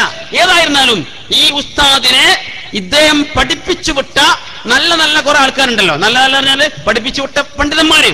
ആ പണ്ഡിതന്മാര് ഇയാളുടെ കൂടെ ജീവിച്ച് കൂടെ വളർന്ന് ഇയാൾക്ക് വേണ്ടി സിന്ദാബാദ് വിളിച്ച് ഇയാൾ ആര് എന്ന് കൃത്യമായി മനസ്സിലാക്കിയ ശേഷം ഇയാളെ വിലയിരുത്തുന്ന ഇദ്ദേഹത്തിന്റെ ശിഷ്യന്മാരുണ്ട്. ആ ശിഷ്യന്മാരിൽ ഒരാള് ഇദ്ദേഹത്തെ കുറിച്ച് 2 അക്ഷരം പറയുന്നത് നന്നായിരിക്കും. ആ ഭാഗം നമുക്കൊന്ന് കേട്ടോക്കാം. 5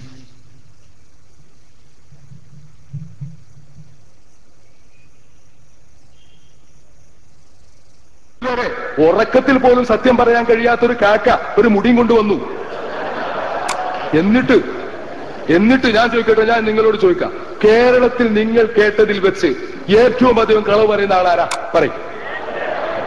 ഇത് സമൂഹത്തിന്റെ വിശ്വാസം, എന്റെ വിശ്വാസമല്ല. ഏറ്റവും അധികം അപവാദത്തിന് വിധേയനായ, അപവാദം ചെയ്തു എന്ന് സമൂഹം വിശ്വസിക്കുന്ന പണ്ഡിതനാരാ? പറയും. ഇത് ജനങ്ങളെ വിശ്വാസ, ഇസ്മായിൽ സഖാഫിന്റെ വിശ്വാസമല്ല. ഏറ്റവും അധികം സാമ്പത്തിക ക്രമക്കേട് കാട്ടി എന്ന് സമൂഹം ആരോപണം ഉന്നയിച്ച പണ്ഡിതനാരാണ്? പറയൂ. കാന്തപുരം അബൂബക്കർ മുസ്ലിയാർ. നിഷേധിക്കാൻ പറ്റുമോ? ഇത് സമൂഹത്തിന്റെ വികാരമാണ്, ജനങ്ങളെ വികാരമാണ്, ഇസ്മായിലിന്റെ വികാരമല്ല. ഇസ്മായിൽ സഖാഫി കാന്തപുരം ഉസ്താദിന്റെ അരുമ ശിഷ്യനാണ്. മർക്കസു സഖാഫത്ത് സുന്നിയയിൽ പഠിച്ച് അവിടെ നിന്ന് ബിരുദം വാങ്ങി അവർക്ക് വേണ്ടി സിന്ദാബാദ് വിളിച്ച്, പക്ഷെ ഉസ്താദിനെ നേരിട്ട് അറിഞ്ഞ് അനുഭവിച്ചിട്ട് അയാൾ തിരിച്ചു പറയുന്നു, കേരളം കണ്ടതിൽ വെച്ച് ഏറ്റവും അധികം കളവ് പറയുന്ന വ്യക്തി കാന്തപുരം മുസ്ലിയാരാണ്. ഇസ്മായിൽ സഖാഫിക്ക് അത് ഇപ്പോഴേ മനസ്സിലായുള്ളൂ. മുജാഹിദുകൾക്ക് ഇത് പണ്ടേ മനസ്സിലായിട്ടുണ്ട്, കൊട്ടപ്പുറം മുതൽ പ്രത്യേകിച്ചും. ഏറ്റവും അധികം കളവ് പറയുന്ന മനുഷ്യൻ, അപവാദങ്ങളൊക്കെ നിൽക്കട്ടെ, അതുപോലെ ഏറ്റവും അധികം സാമ്പത്തിക ക്രമക്കേട് നടന്ന മനുഷ്യൻ, ഏറ്റവും അധികം അപവാദങ്ങൾക്ക് വിധേയനായിരിക്കുന്ന മനുഷ്യൻ, അതൊക്കെ ആരാ? ഏതോ ഒരു ചട്ടമ്പിയെ കുറിച്ച് പറയുന്നതല്ല, കാന്തപുരം AP അബൂബക്കർ മുസ്ലിയാരെ കുറിച്ച്. അതുകൊണ്ട് തീർന്നില്ല. ഇസ്മായിൽ സഖാഫി ഒരു കഥയും കൂടി പറയുന്നുണ്ട്. ആ ഭാഗം നമുക്കത് കേട്ടോക്കാം. 4 സാധാരണഗതിയിൽ മുടിയെന്നാണ് പറയുമ്പോൾ ആൾക്കാർക്ക് ചെറിയങ്ങോട്ട് വരികയാണ് അല്ലെ? പൊതുവായിട്ട് AP എന്ന് കേൾക്കുമ്പോഴും മുടിയെന്ന് കേൾക്കുമ്പോഴും ഒരു ഹാസ്യ കഥാപാത്രത്തിനെ പോലെ നാണം കെടാൻ ഇറങ്ങി പുറപ്പെട്ട എന്ത് ചെയ്യാനാ? 19 വയസ്സായി, ഇനിയെങ്കിലും ഇയാൾക്ക് ഇതൊന്ന് നിർത്തിക്കൂടെ? ഇയാൾക്ക് പ്രായപൂർത്തിയായ അന്ന് മുതൽ ഈ സമുദായം സഹിക്കണതാണ്. 85 വയസ്സായിട്ട് ഇന്നും ഇക്കളിയ. അപ്പോ ഇദ്ദേഹത്തെ അടുത്തറിഞ്ഞവർ വിലയിരുത്തുന്ന അങ്ങനെ, എന്നാൽ അടുത്തറിയാത്തവർ, ഇയാൾക്ക് വേണ്ടി ഓശാന പാടുവാൻ പ്രത്യേകം ഏർപ്പാട് ചെയ്തിരിക്കുന്ന വേറെ ചില ആൾക്കാരുണ്ട്. അവരാണ് ഞാൻ നേരത്തെ പറഞ്ഞിരിക്കുന്ന അഹ്സനിമാര്. അഹ്സനിമാര് ഇയാളെക്കുറിച്ച് പുകഴ്ത്തി പുകഴ്ത്തി പുകഴ്ത്തി, നേരത്തെ നമ്മൾ സൂചിപ്പിച്ചല്ലോ, ചെറിയമ്മ അബ്ദുൽ ഹമീദ് മദനിയാണ് പറഞ്ഞത്, എന്ത് അള്ളഞ്ഞ് ദുനിയാവിൽ വല്ല കാര്യം ചെയ്യണമെങ്കിൽ ഇവിടെ ഇവരോട് ചോദിച്ചിട്ട്, ഏപ്പിനോട് ചോദിച്ചിട്ട് ചെയ്യുള്ളൂ. അവിടേക്ക് കാര്യങ്ങൾ എത്തിന ഈ അഹ്സനിമാരി എന്ന വിഭാഗത്തിന്റെ മുന്നിലായി നിൽക്കുന്ന ഒരു മനുഷ്യൻ, പേരനെന്താ? പകര അഹ്സനി എന്ന് അറിയപ്പെടാ. അയാൾ പറഞ്ഞെന്താ? ഇപ്പൊ ഏറ്റവും അവസാനം പറഞ്ഞ സംഗതി എന്താ അറിയോ? ഇയാളുടെ കൈ മുത്തിയാൽ, ആരുടെ? കാന്തപുരത്തിന്റെ കൈ മുത്തിയാൽ ഹജറുൽ അസ്വദ് മുത്തിയതുപോലെയാണെന്നാ. എന്താ തെളിവ്? തെളിവെന്ന് ചോദിക്കണ്ട.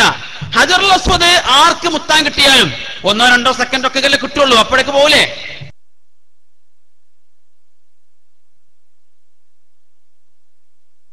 എന്നാൽ ആ കിട്ടുന്നവരൊക്കെ പറയേ അതാണ് അവസ്ഥ. എന്നാൽ ഇതുപോലെ തന്നെ ഉസ്താദിന്റെ കൈ ഒന്ന് മുത്താൻ കിട്ടിയാൽ ഒരുപാട് സമയം മുത്താൻ കിട്ടിയതുപോലെയാണ്, ഹജറുൽ അസ്വദ് മുത്തിയതുപോലെയാണ് ഉസ്താദിന്റെ കൈ മുത്തിയാൽ എന്നാണ്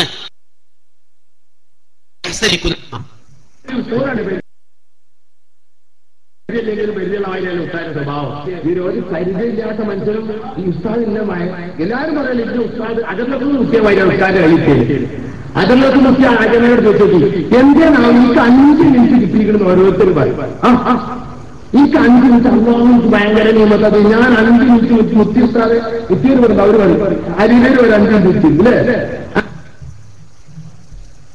ഇത് ഹജറുൽ അസ്വദുമായി ബന്ധപ്പെടുത്തിയിട്ടാണ് ഉസ്താദിനെ. ഒരുപാട് സംഗതികളുണ്ട്, ഞാൻ അതിലേക്ക് അധികം നടന്നു വരുന്നില്ല. ഇതേ മനുഷ്യൻ കാന്തപുരം പൂക്കൊണ്ട് വെക്കുന്ന ഏറ്റവും അപകടകരമായിരിക്കുന്ന വാദമാണെന്ത്? ദുനിയാവിൽ ഇനി അള്ളാഹു വല്ലതും ചെയ്യണമെങ്കിൽ കാന്തപുരം ഉസ്താദിനോട് ചോദിച്ചിട്ടേ ചെയ്യുള്ളൂ. ഉസ്താദിനെ ബന്ധപ്പെടാതെ അള്ളാഹു ഇനി ഇവിടെ ഒന്നും ചെയ്യുന്നു തോന്നണില്ല. ആ ഭാഗോട് നമുക്കൊന്ന് കേട്ടോക്കാം. എങ്കിലും ഇങ്ങനെയുള്ളൊക്കെ വേദിയിലേക്ക് തങ്ങളെ കൈപിടുത്തിയത് ഉസ്താദ് തന്നെയാണ്. ഏത് നന്മ ഇപ്പൊ നടക്കുന്നുണ്ടോ സുന്നത്ത് ജമാഅത്തിന്റെ പേരിൽ അതിൽ നിന്നൊരു വിഹിതം ഉസ്താദിന്റെ ഏടിലുണ്ടായിരിക്കും. അല്ലാഹു ആ നേതൃത്വത്തിന് ദീർഘായുസ് നൽകുമാറാകട്ടെ. ഉസ്താദ് അറിയാതെ ഇനി അള്ളാഹു താര ഇവിടെ ചെയ്യുന്ന എനിക്ക് തോന്നുന്നില്ല. ഉസ്താദിനെ ബന്ധപ്പെടാതെ ഇവിടെ ഒരു സുന്നി ഒരു ഇബാദത്ത് ഈ അഹസൈന്റെ തയേ നെല്ലിക്ക വെള്ളം പറഞ്ഞിട്ട് കുതിരവട്ടത്ത് അഡ്മിറ്റ് ചെയ്യണമെന്ന് ഞാനല്ല പറഞ്ഞത്. കാന്തപുരം ഉസ്താദിനെ നല്ലോണം പരിചയമുള്ള അദ്ദേഹത്തിന്റെ ശിഷ്യൻ ആര്? ഇസ്മായിൽ സക്കാഫി. അത് നമുക്കൊന്ന് കണ്ടുനോക്കാം. 3 നമ്മൾ കുടുങ്ങിപ്പോവും. ചിലപ്പോ ഇയാളെ നമ്മൾ കുടുങ്ങിപ്പോവും. ചിലപ്പോ ഇയാളെ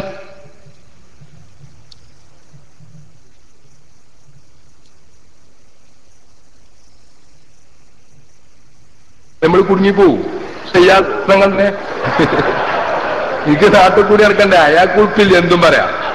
നെല്ലിക്ക വെള്ളം തലയിപ്പാറിന്റെ സോക്കറാണ്. ഇതൊന്നും പ്രസംഗമല്ല, മരുന്ന്. ഇങ്ങനെ ആൾക്കാർ എന്തൊക്കെ പറയും. ഇതിനൊക്കെ മാന്യന്മാര് മൈക്കെട്ടി വേദരല. നിങ്ങളാരെയും ലോകത്താരെയും വിശ്വസിക്കോ? അള്ളാഹു താലാക്ക് എന്തെങ്കിലും ചെയ്യണമെങ്കിൽ എന്ത് ആൾക്കാരുണ്ടെങ്കിൽ കാരന്തൂരിൽ നിന്ന് ഏകദേശം 10 കിലോമീറ്റർ ഓടി കോവൂർ ജംഗ്ഷൻ കഴിഞ്ഞിട്ട് വലത്തോട്ട് തിരിയണം. അവിടെ ഇയാൾക്ക് പറ്റിയ ആൾക്കാരുണ്ട്. എപ്പോഴെങ്കിലും കാറി കയറ്റി ഇയാൾ അവിടെ ഇറക്കിയിട്ടില്ലെങ്കിൽ സംഭവം കുളവും. ഇതിനെല്ലാം മരുന്ന് അത്രേ ഉള്ളൂ. നെല്ലിക്കാരിഷ്ടം കൊടുക്കുക. എന്താ ചെയ്യാ? പഴയ കാലത്താണ് പറഞ്ഞാൽ കേൾക്കുവാനും. അപ്പോ ഇതൊക്കെ അവർ തന്നെ ഏതാണ്ട് പറഞ്ഞ് തീരുമാനാക്കുന്നുണ്ട്. ഞാൻ അതിലേക്ക് വിശദമായി വരുന്നില്ല. പക്ഷെ ഇസ്മായിൽ സക്കാഫി കാന്തപുരം ഗ്രൂപ്പിനെ വിട്ടിട്ട് കയറിയത് ഇ കെ ഗ്രൂപ്പിലാണല്ലോ. ആ ഇ കെ ഗ്രൂപ്പിന്റെ പ്രമുഖരായ ആളുകളാണ് ഇവിടെ വന്നിട്ട് ചില കാര്യങ്ങളൊക്കെ പറഞ്ഞു പോയത്. അതിൽ സംസാരിച്ചിരിക്കുന്ന ഒരു വ്യക്തിയാണ് അബ്ദുൽ ഹമീദ് ഫൈസി അമ്പലക്കടവ്. എന്നായിരുന്നാലും പി ജി എടുക്കാനാണെങ്കിലും ഫാറൂഖ് കോളേജിൽ റൗദത്തുൽ അറബി കോളേജിൽ വരുവാനും 1-2 കൊല്ലം അവിടെ പഠിക്കുവാനും എന്താണ് മുജാഹിദ് പ്രസ്ഥാനത്തിന്റെ ആദർശത്തിന്റെ അജയ്യത എന്ന് മനസ്സിലാക്കുവാനും ഒരു വേള അവിടെയുള്ള ഉസ്താദുമാരുടെ മുമ്പിൽ അതാകുന്നു സത്യമെന്ന് പറയുവാനും അവസരം കിട്ടിയ മനുഷ്യനാണ് ആര്? അബ്ദുൽ ഹമീദ് ഫൈസി. പക്ഷേ മറ്റു ചില ഭൗതിക താല്പര്യങ്ങൾ ഞാനിപ്പോ വിശദീകരിക്കുന്നില്ല. നിഷേധിച്ചാൽ വിശദീകരിക്കാൻ കഴിയും കൃത്യമായിട്ടും. ചില ഭൗതിക താല്പര്യങ്ങൾ മുമ്പിൽ വെച്ചുകൊണ്ട് ആ പറഞ്ഞ കാര്യങ്ങളൊക്കെ വിസ്മരിച്ച് കടന്നുപോയിരിക്കുന്ന അദ്ദേഹം ഇങ്ങനെയുള്ള വിഷയങ്ങളിൽ സംസാരിച്ചു വന്നപ്പോ ഒരു വേള കാന്തപുരത്തെയും കടത്തിവെട്ടി. ഇങ്ങനെ കടത്തിവിട്ടത് അല്ലാഹു അല്ലാത്തവരെ വിളിച്ചു പ്രാർത്ഥിക്കുന്നത്, ഇസ്തിഗാസ നടത്തുന്നത്, അതിനെക്കുറിച്ച് ആളുകൾ പറയാറുണ്ട് അത് കേവലം ഒരു അനുവദനീയമല്ലേ, പിന്നെ അതിന്റെ പിന്നാലെ ഇങ്ങനെ കൂടണോ എന്നൊക്കെ മുജാഹിദുകൾ മറ്റൊക്കെ ചോദിക്കാറുണ്ട്. എന്നാൽ എന്താ ഇസ്തിഗാസ ചെയ്യാന്ന് പറഞ്ഞാൽ അതിന്റെ വിധി മൂപ്പര് പറയാണ്. എന്താ വിധി? ആ വിധി പറയുന്നത് എങ്ങനെയാ? അത് നമ്മള് നല്ലൊരു ബെൻസ് കാറിൽ കയറി യാത്ര ചെയ്യുകയാണെങ്കിൽ വളരെ സ്മൂത്തായി, എളുപ്പത്തിൽ, വേഗതയിൽ, സുരക്ഷിതമായി ലക്ഷ്യസ്ഥാനത്തെത്തും. അതുപോലെയാണെന്ത് ഇസ്തിഗാസ. എന്നാ അള്ളാഹുവോട് നേരിട്ട് പ്രാർത്ഥിക്കലോ അത് നമ്മുടെ സാധാരണ ലോക്കൽ KSRTC ബസ്സിൽ യാത്ര ചെയ്യുന്ന പോലെയാണ്. നേരത്തെ ലക്ഷ്യത്തിലെത്താൻ പറ്റൂല എന്നാണ് അദ്ദേഹം കണ്ട ഭാഗം. നമുക്ക് ഇവിടുന്ന് കേട്ടോക്കാം. അപ്പോ ഈ ഇസ്തിഗാസ എന്ന് പറഞ്ഞ കാര്യം ശറയിൽ അനുവദിക്കപ്പെട്ട കാര്യമാണ്. ചെയ്താൽ പ്രത്യേകിച്ച് പുണ്യമില്ല, ചെയ്തില്ലെങ്കിൽ പ്രത്യേക ദോഷമുണ്ട്. അതൊരു വെറും പ്രവർത്തനമല്ലേ എന്നാണ് അദ്ദേഹം ചോദിച്ചത്. വെറും പ്രവർത്തനമല്ലാതെ. അതുകൊണ്ടാണ് നാം വിഷയാവതരണത്തിൽ പ്രത്യേകം പറഞ്ഞത് ഇസ്തിഗാസ ശറയിൽ അനുവദിക്കപ്പെട്ടതും വളരെ ഫലപ്രദവുമായ ഒരു കാര്യമാണ്. ശറയിൽ അനുവദിക്കപ്പെട്ട കുറെ കാര്യങ്ങൾ ചെയ്താൽ ദോഷമല്ല, ഗുണമല്ല എന്ന് വരില്ല. അനുവദിക്കപ്പെട്ട ഒരുപാട് കാര്യങ്ങൾ ചെയ്താൽ വളരെയേറെ നമ്മുടെ ജീവിതത്തിൽ ഫലപ്രദമായിരിക്കും. ഉദാഹരണം, ഏറ്റവും നല്ല ഒരു ബെൻസ് കാറിൽ നമുക്ക് യാത്ര ചെയ്യുന്ന ഇസ്ലാമിന്റെ എന്താണ്? അനുവദനീയമാണ്. ലോക്കൽ KSRTC ബസ്സിൽ യാത്ര ചെയ്യുന്നത് അതും അനുവദനീയമാണ്. എന്നാൽ വളരെ ഫലപ്രദമായി ആകർഷിതമായി അതിൽ അദ്ദേഹം അവസാനം പറയുന്നത് ഈ KSRTCയെയും ബെൻസിനെയും പരിചയപ്പെടുത്തിയിട്ട് ബെൻസിൽ യാത്ര ചെയ്യുന്നത് പോലെയാണ് ഇസ്തിഗാസ ചെയ്യുന്നത്. എന്നാൽ അള്ളാഹുവോട് നേരിട്ട് പ്രാർത്ഥിക്കുന്നതോ അത് KSRTC ബസ്സിൽ യാത്ര ചെയ്യുന്ന പോലെയാണ്. അപ്പൊ ലക്ഷ്യസ്ഥാനത്ത് ഫലപ്രദമായി ഏറ്റവും എളുപ്പത്തിലെത്താൻ നല്ലത് ഇസ്തിഗാസയാണ്. ഇത് നേരത്തെ എഴുതി വച്ചിരിക്കുന്ന കൃതികളുണ്ട്. മുസ്തഫ ബേസിയൊക്കെ ഈ വിഷയത്തെ കൃത്യമായിട്ട് എഴുതിയിട്ടുണ്ട്. ഏറ്റവും നല്ലത്, ഉത്തരം കിട്ടുവാൻ ഏറ്റവും യോഗ്യം അള്ളാഹുവിലേക്ക് മറ്റുവരെയും ചേർത്ത് വെച്ചുകൊണ്ട് വിളിക്കലാണ്. ഇതിനൊക്കെ എന്താ രേഖ? ഇവരിങ്ങനെ വിളിച്ചു പറയുന്നു എന്നല്ലാതെ വേറെ തെളിവുകളും രേഖകളും ഒന്നുമില്ല. ഞാൻ സൂചിപ്പിക്കുന്നത്, ഈ ആളുകൾക്ക്, ഈ പണ്ഡിതന്മാർക്ക് അള്ളാഹുവിലും അന്ത്യദിനത്തിലും വിശ്വാസമുണ്ടോ എന്ന് അവരോട് നേരിട്ട് ചോദിക്കേണ്ട കാലം അതിക്രമിച്ചിരിക്കുന്നു. മരിച്ചുപോയ മഹാത്മാക്കൾ മഹാത്മാക്കളോട് തേടിയാൽ ഉത്തരമുണ്ടാവില്ല, ഉത്തരം ലഭിക്കില്ല എന്ന് ആവർത്തിച്ച് വിശുദ്ധ ഖുർആന്റെ ആയത്തുകൾ ഓതിക്കൊണ്ട് സമൂഹത്തെ ബോധവൽക്കരിക്കുവാൻ ശ്രമിക്കുമ്പോ അതിനെ മറികടക്കുവാൻ വേണ്ടി പണ്ഡിതന്മാർ കാണുന്ന എന്താ? വിശുദ്ധ ഖുർആനെ ചോദ്യം ചെയ്യുക എന്നുള്ളതാണ്. ഇവരുടെ വലിയൊരു നേതാവാരാ? നമ്മുടെ പേരോട് അബ്ദുറഹ്മാൻ സഖാഫി. ഇയാൾ ഈ വിഷയത്തെ പ്രതികരിച്ചെന്താ? ഇൻ തദ്ഊഹും ലാ യസ്മഉ ദുആഅകും വലൗ സമിഉ മസ്തജാബു ലക്കും വയൗമൽ ഖിയാമത്തി യക്ഫുറുന ബിശ്ശിർകിക്കും വലാ യുനബ്ബികുക മിസ്ലു ഖബീർ എന്ന ആയത്ത് ഓതിക്കൊണ്ട് അല്ലാഹു അല്ലാത്തവരോട് തേടിയാൽ, പ്രാർത്ഥിച്ചാൽ, ഇസ്തിഗാസ നടത്തിയാൽ അതിന് ഉത്തരമുണ്ടാവില്ല, അത് ശിർക്കാണ് എന്ന് മുജാഹിദ് പ്രസ്ഥാനം ആവർത്തിച്ച് സമൂഹത്തെ പഠിപ്പിക്കുമ്പോ പേരോണ്ട മറുപടി എന്താ? എന്നാ ഖുർആനിലുണ്ടല്ലോ, ഉദൂനി അസ്തജിബ് ലക്കും, നിങ്ങൾ എന്നോട് പ്രാർത്ഥിച്ചോളി, ഞാൻ നിങ്ങൾക്ക് ഉത്തരം തരാം. മുജാഹിദുകൾ എനിക്കെതിരൊന്ന് പ്രാർത്ഥിക്കൂ, അള്ളാഹു ഉത്തരം ചെയ്യട്ടെ എന്ന് പറഞ്ഞുകൊണ്ട് വിശുദ്ധ ഖുർആനിനെ വെല്ലുവിളിക്കുകയാണ് ആര്? ഒരു ഉസ്താദ്. ആരുടെ? ഈ കാന്തപുരത്തിന്റെ ശിഷ്യന്മാരിൽ ഏറ്റവും മികച്ചു നിൽക്കുന്ന, സീനിയർ ആയിരിക്കുന്ന സഖാഫി. അദ്ദേഹം ആ വിഷയത്തിൽ അങ്ങനെയാ സംസാരിക്കുന്നത്. ഉത്തരം ചെയ്യോ? ചെയ്യെങ്കിലും പേരോട് നശിക്കട്ടെ. ഇന്ന് പേരോട് ഇങ്ങനെ നശിക്കട്ടെ. ഇപ്പൊ നശിക്കട്ടെ. നമുക്ക് നോക്കാൻ ഉത്തരം കിട്ടുമോ? നിങ്ങളല്ലേ സാധാരണ ഓതലി എന്ത്? അതാ ഉദൂനി അസ്തജിബ് ലക്കും, എന്നോട് പ്രാർത്ഥിച്ചോളൂ, ഉത്തരം തരാം. ഒന്ന് ദ്വാരക്ക് മൗലവിമാരി പേരോട് ഇന്ന് നശിക്കട്ടെ. ഉത്തരം കിട്ടുന്നുണ്ടോ നോക്കുക. അപ്പോ ഇത് മുജാഹിദുകളുടെ വെല്ലുവിളിയല്ല, അള്ളാഹുവോടുള്ള വെല്ലുവിളിയാണ്. നിങ്ങൾ പേരോടിനെതിരെ പ്രാർത്ഥിക്കൂ, പേരോട് നശിക്കാൻ വേണ്ടി പ്രാർത്ഥിക്കൂ, ഉത്തരം ചെയ്യട്ടെ. മുജാഹിദുകൾക്ക് ഈ വിഷയത്തിൽ കൃത്യമായ നിലപാടുണ്ട്. മുജാഹിദ് പ്രസ്ഥാനം പ്രവാചക തിരുമേനി സ്വല്ലല്ലാഹു അലൈഹി വസല്ലം മാതൃകയാണ് ഏത് വിഷയത്തിലും സ്വീകരിക്കുക. ത്വായിഫിൽ ചെന്ന് ശത്രുക്കൾ അതികഠിനമായി ആക്രമിച്ചിട്ട് അതിന് പ്രതികാരം എന്ന നിലക്ക് അവരെ നശിപ്പിക്കുവാൻ കടന്നു വന്നിരിക്കുന്ന ജിബ്രീലിനെ തടഞ്ഞുകൊണ്ട് പ്രവാചകർ പ്രാർത്ഥിച്ചത് അല്ലാഹുമ്മ ഗ്ഫിർ ലിഖൗം ഇന്നഹും ലാ യഅലമൂൻ, അല്ലാഹുവേ ഇവർക്ക് പുറത്തു കൊടുക്കണേ, വിവരമില്ലാത്തതുകൊണ്ടാണ്. ഞങ്ങൾ ഈ സഖാഫിമാർക്ക് എതിരിൽ പ്രാർത്ഥിക്കുന്നില്ല, അനുകൂലമായി പ്രാർത്ഥിക്കും. പടച്ചോനെ ഇവർക്ക് ഹിദായത്ത് കൊടുക്കണേ, അത് ഞങ്ങൾ മാറുക. ഇവർ നശിക്കാൻ വേണ്ടി ഞങ്ങൾ പ്രാർത്ഥിക്കില്ല, അത് ഞങ്ങളുടെ സ്വഭാവമല്ല. പിന്നെ ഇവർ വേണം, അത് നേരത്തെ നിർവഹിക്കപ്പെട്ടിട്ടുണ്ട്. ആര്?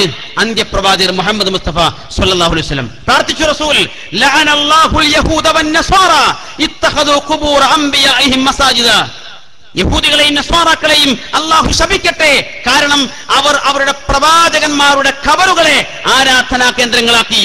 പ്രവാചകന്മാരുടെ ഖബറുകളെ ആരാധനാ കേന്ദ്രങ്ങളാക്കിയവരെ വരെ അന്ത്യപ്രവാചകർ ശപിച്ചിരിക്കുന്നുവെങ്കിൽ, അവർക്കെതിരെ ശാപപ്രാർത്ഥന നടത്തിയിരിക്കുന്നുവെങ്കിൽ, പ്രവാചകന്മാർ പോലുമല്ലാത്ത, മഹാന്മാരാണ് എന്ന് പോലും ഉറപ്പില്ലാത്ത എത്രയോ ആളുകളുടെ ഖബറുകൾ കെട്ടിപ്പൊക്കി അത് ആരാധനാ കേന്ദ്രങ്ങളാക്കി അവിടെ നേർച്ചകളും പൂരങ്ങളുമായി മുന്നോട്ട് പോകുന്ന ഈ വിഭാഗം, അവർക്കെതിരെ ഇനി ആരും പ്രാർത്ഥിക്കേണ്ടതില്ല.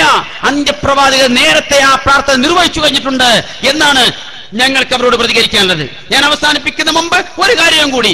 ഇവിടെ ഏറ്റവും അവസാനം നടന്നിരിക്കുന്ന കോടമ്പുഴ സംവാദം, ആ സംവാദത്തിൽ നമുക്കെതിരെ ചില ആരോപണങ്ങൾ ഇവർ ഉന്നയിക്കാൻ ശ്രമിച്ചിട്ടുണ്ട്. ആരോപണം എന്താ? അവര് ഇല്ലാത്തൊരു വിഷയം, ആ സംവാദത്തിന്റെ വിഷയവുമായി ബന്ധമില്ലാത്ത ഒരു സംഗതി കൊണ്ടുവന്ന് ഒരുപാട് ചർച്ചയ്ക്ക് വെച്ചു. അതായിരുന്നു ജിന്നും അതുപോലെ മലക്കുമൊക്കെയായി ബന്ധപ്പെട്ട് വന്നിരിക്കുന്ന ചില പരാമർശങ്ങൾ. ഞങ്ങൾ ആദ്യം തീരുമാനിച്ചു, എന്ത്, ഈ സംവാദത്തിൽ ഏത് വിഷയത്തിലാണോ വ്യവസ്ഥ എഴുതിയത് ആ വിഷയത്തിലെ സംവാദം പൂർണ്ണമാവണം. അതല്ലാത്ത വിഷയങ്ങൾ തലക്കാലത്തിൽ കടത്തിക്കൂട്ടാൻ പാടില്ല. ഇത് പൂർത്തിയാകാൻ ഇതുമായി ബന്ധപ്പെട്ട സംഗതി മാത്രം മതി എന്ന് പറഞ്ഞാൽ, നിശ്ചയിച്ച മകളുടെ കല്യാണം നടക്കട്ടെ, നിശ്ചയിക്കാത്ത പിന്നെ നോക്കാൻ, അത് ഞങ്ങളുടെ നിലപാട്. അതുകൊണ്ട് തന്നെ ആ ജിന്നുമായി മലക്കുമായി ബന്ധപ്പെട്ട വിഷയങ്ങൾ എവിടെയും ഞങ്ങൾ അതിനോട് ആ സന്ദർഭത്തിൽ പ്രതികരിച്ചില്ല. പക്ഷേ അവസാനം വരെയും പ്രതികരിച്ചില്ലെങ്കിലോ പിന്നെ അതായിരിക്കും. അതെടുത്തൊക്കെ നമ്മുടെ കുറച്ച് ആൾക്കാരുണ്ടല്ലോ, മകൻ മരിച്ചിട്ടെങ്കിലും മരുമകളുടെ കണ്ണീര് കാണുന്ന തീരുമാനിച്ചോട്ടേയും അവർ അങ്ങനെയുള്ള കാര്യങ്ങളുമായി വരുമെന്ന് അറിയുന്നത് കൊണ്ട് ഞങ്ങൾ ഈ സംവാദത്തിന്റെ അവസാനത്തിൽ അതിനുള്ള ഉത്തരവും കൊടുത്തു.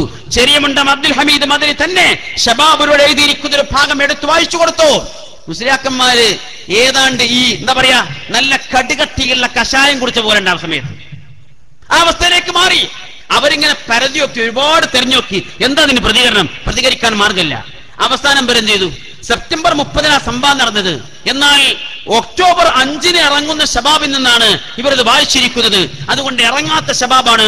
ഇത് പറയാൻ ഇവർ സ്ഥലം എവിടെ ഉപയോഗിച്ചത്? കോഴിക്കോട്ടങ്ങാടിയാണ്. കോഴിക്കോട്ടങ്ങാടിയിൽ ഒക്ടോബർ 5 ഇറങ്ങേണ്ടുന്ന ശബാബ് ഉയർത്തിപ്പിടിച്ചുകൊണ്ട് ഇതേ ഹസനിമാർ പ്രസംഗിച്ചു. അവർ ഉയർത്തിപ്പിടിച്ച് പ്രസംഗിക്കുന്ന എന്നാ? ഒക്ടോബർ 3 ഒക്ടോബർ 3 അവർ ഈ ശബാബ് ഉയർത്തിപ്പിടിക്കുന്നത്. ഏത് ശബാബ്? ഒക്ടോബർ 5 ഇറങ്ങേണ്ട ശബാബ്. എന്താ പറയുന്നത്? ഒക്ടോബർ 5 ഇറങ്ങാനുള്ള ശബാബ് സെപ്റ്റംബർ 30 തന്നെ ഉന്നയിച്ചിട്ട് കളവാണ് നമ്മൾ പറഞ്ഞിരിക്കുന്നത് എന്ന് പറയാനാണ് ശ്രമിച്ചത്. ഞങ്ങൾ അതിന്റെ സംഘാടകരിൽ ചില ആളുകളെ വിളിച്ചു ചോദിച്ചു, അല്ല സുഹൃത്തുക്കളെ, ഞങ്ങള് ഒക്ടോബർ 5 ഡേറ്റ് വെച്ച് ഇറക്കുന്ന ശബാബ് ഒക്ടോബർ 3 നിങ്ങളുടെ വേദികളിൽ ഉയർത്തിക്കാണിക്കുവാൻ നിങ്ങൾക്ക് ലഭിക്കുമെങ്കിൽ തീർച്ചയായും അതിന്റെ 2 ദിവസം മുമ്പ് ഇതിന്റെ അണിയറ പ്രവർത്തകരായ ഞങ്ങൾക്ക് ലഭിക്കുമെന്ന് മനസ്സിലാക്കാൻ ഒരുപാട് ബുദ്ധി വേണം. പിന്നെ സക്കാഫിമാര് വല്ലാതെ പിന്നാലെ പോയിട്ടില്ല. വേറെ ചില ആൾക്കാർ പോകാൻ നോക്കുന്നുണ്ട്. ആകെ അവർക്ക് കണ്ടെത്താനുണ്ടായ ഏക ന്യൂനത അതായിരുന്നു. ആ ന്യൂനതയുടെ അവസ്ഥയും അതാണ്. ഇതെല്ലാവർക്കും മനസ്സിലാവും. എന്നാൽ മുജാഹിദ് പ്രസ്ഥാനം അവരോട് ചോദിച്ചിരിക്കുന്ന ചോദ്യങ്ങൾക്ക് കൃത്യമായും വ്യക്തമായും ഉത്തരം പറഞ്ഞില്ല എന്ന് മാത്രമല്ല, അവരിങ്ങോട്ട് ചോദിച്ച ചോദ്യങ്ങളോ ചില സന്ദർഭങ്ങളിൽ നമ്മൾ എങ്ങനെയെങ്കിലും മരക്കിൻ ജിന്നി വിശക്ക് മറ്റു വഴിക്ക് സഞ്ചരിക്കണമെന്ന് കരുതി സക്കാഫിമാർ വളരെ ഗൗരവത്തിൽ, വളരെ പ്രാധാന്യപൂർവ്വം, ഏറ്റവും പ്രധാനപ്പെട്ട ചോദ്യം എന്ന നിലക്ക് അവർ ചോദിച്ചൊരു ചോദ്യമുണ്ട്. അതെന്താ? മരിച്ചുപോയ മഹാത്മാക്കളെ വിളിച്ചു തേടുന്നത് ശിർക്കായത് എന്തുകൊണ്ടാണ്? കാരണം ലഭിക്കണം. അതാണ് സക്കാഫിന്റെ ആവശ്യം. ഈ കാരണം അവർ ചോദിക്കുന്ന ഭാഗം നമുക്ക് കേൾക്കാം. പക്ഷെ കൂടെ ശ്രദ്ധിക്കേണ്ടത് അറിയോ? ആ കാസറ്റ്, അവരുടെ കാസറ്റ് നമ്മൾ കേൾക്കുന്നത്, ആ കാസറ്റിൽ 2 ചിത്രം കാണാം. ഒരു ചിത്രം ഈ അഹ്സനിയുടെ ചിത്രം, രണ്ടാമത്തെ ചിത്രം എന്റെ ചിത്രം. പ്രത്യേകത എന്താ? അഹ്സൻ ഇങ്ങനെ ചിരിച്ചു ഉഷാറായി ഇങ്ങനെ ഇരിക്കുന്നുണ്ട്, നമ്മളോ ആകെ ദുഃഖിച്ച് വിഷണ്ണനായിരിക്കുന്നു. അപ്പോൾ നമ്മൾ ശ്രദ്ധിച്ചത്, അങ്ങനെ ദുഃഖിച്ചിരിക്കേണ്ട അവസ്ഥ ആ സംഭവത്തിൽ വന്നിട്ടില്ലല്ലോ, പിന്നെ അതെങ്ങനെ വന്നു? അപ്പോഴാണ് നോക്കുമ്പോ കുപ്പായത്തിന്റെ കറുപ്പ് കളർ വെളുപ്പായിട്ടുണ്ട്. മാത്രമല്ല ഒന്നുകൂടി ശ്രദ്ധിച്ചു നോക്കുമ്പോഴോ ഹാഫ് കൈ കുപ്പായം ഫുൾ കൈ ആയിട്ടുണ്ട്. ഒറ്റ ദിവസം കൊണ്ട് നാം ധരിച്ചിരിക്കുന്ന കുപ്പായത്തിന്റെ കളറും നീളവും ഒക്കെ മാറ്റിമറിക്കുവാൻ മാത്രം കഴിവുള്ള കൃത്രിമ അവരുടെ സീഡിയിൽ നിന്ന് നമുക്കിത് കേട്ടു നോക്കാം. പഠിച്ചോ? ചോദ്യം എഴുതി വെച്ചോ? മഹാരോട് തേടൽ ശിർക്കാണ് എന്ന് പറയാനുള്ള കാരണം എന്താണ്? സമൂഹത്തോട് പറയണം. അതിന്റെ ഇല്ലത്ത് വിശദീകരിക്കണം. എന്തുകൊണ്ടാണത്? അത് മറഞ്ഞ വഴിക്ക് സഹായമായതുകൊണ്ടാണോ അല്ലേ? പറയണം ജനങ്ങളോട്. കഥ കഴിഞ്ഞു. ഇതാണ് അവർ ചോദിച്ച ചോദ്യത്തിന്റെ മർമ്മം. മരിച്ചുപോയ മഹാത്മാക്കളോട് ഇസ്തിഗാസ നടത്തൽ ശിർക്കായത് എന്തുകൊണ്ടാണ്? അത് മറഞ്ഞ വഴിക്കുള്ള സഹായാർത്ഥനായതുകൊണ്ടല്ലേ? ഉത്തരവ് തന്നെ പറയണം. ആ ഉത്തരം നമ്മൾ പറഞ്ഞു കിട്ടിയാൽ അവർക്ക് എങ്ങനെയെങ്കിലും വിഷയം മാറ്റി അവരുടെ വഴിക്ക് നമ്മളെയും കൊണ്ടുപോകാൻ പറ്റുമെന്നുള്ള ഗവേഷണമാണ്. അതുകൊണ്ട് തന്നെ അതിന് മുജാഹിദ് പ്രസ്ഥാനത്തിന്റെ മറുപടി നമ്മൾ പറഞ്ഞു. ആ മറുപടിയോട് അതേ അർത്ഥത്തിൽ പ്രതികരിക്കുവാൻ സാധിച്ചില്ല എന്ന് മാത്രമല്ല, ശരിക്ക് ആസനിന്റെ മുഖത്തേക്ക് നോക്കിയാൽ കടുന്നല് കുത്തിയ പോലുണ്ട്.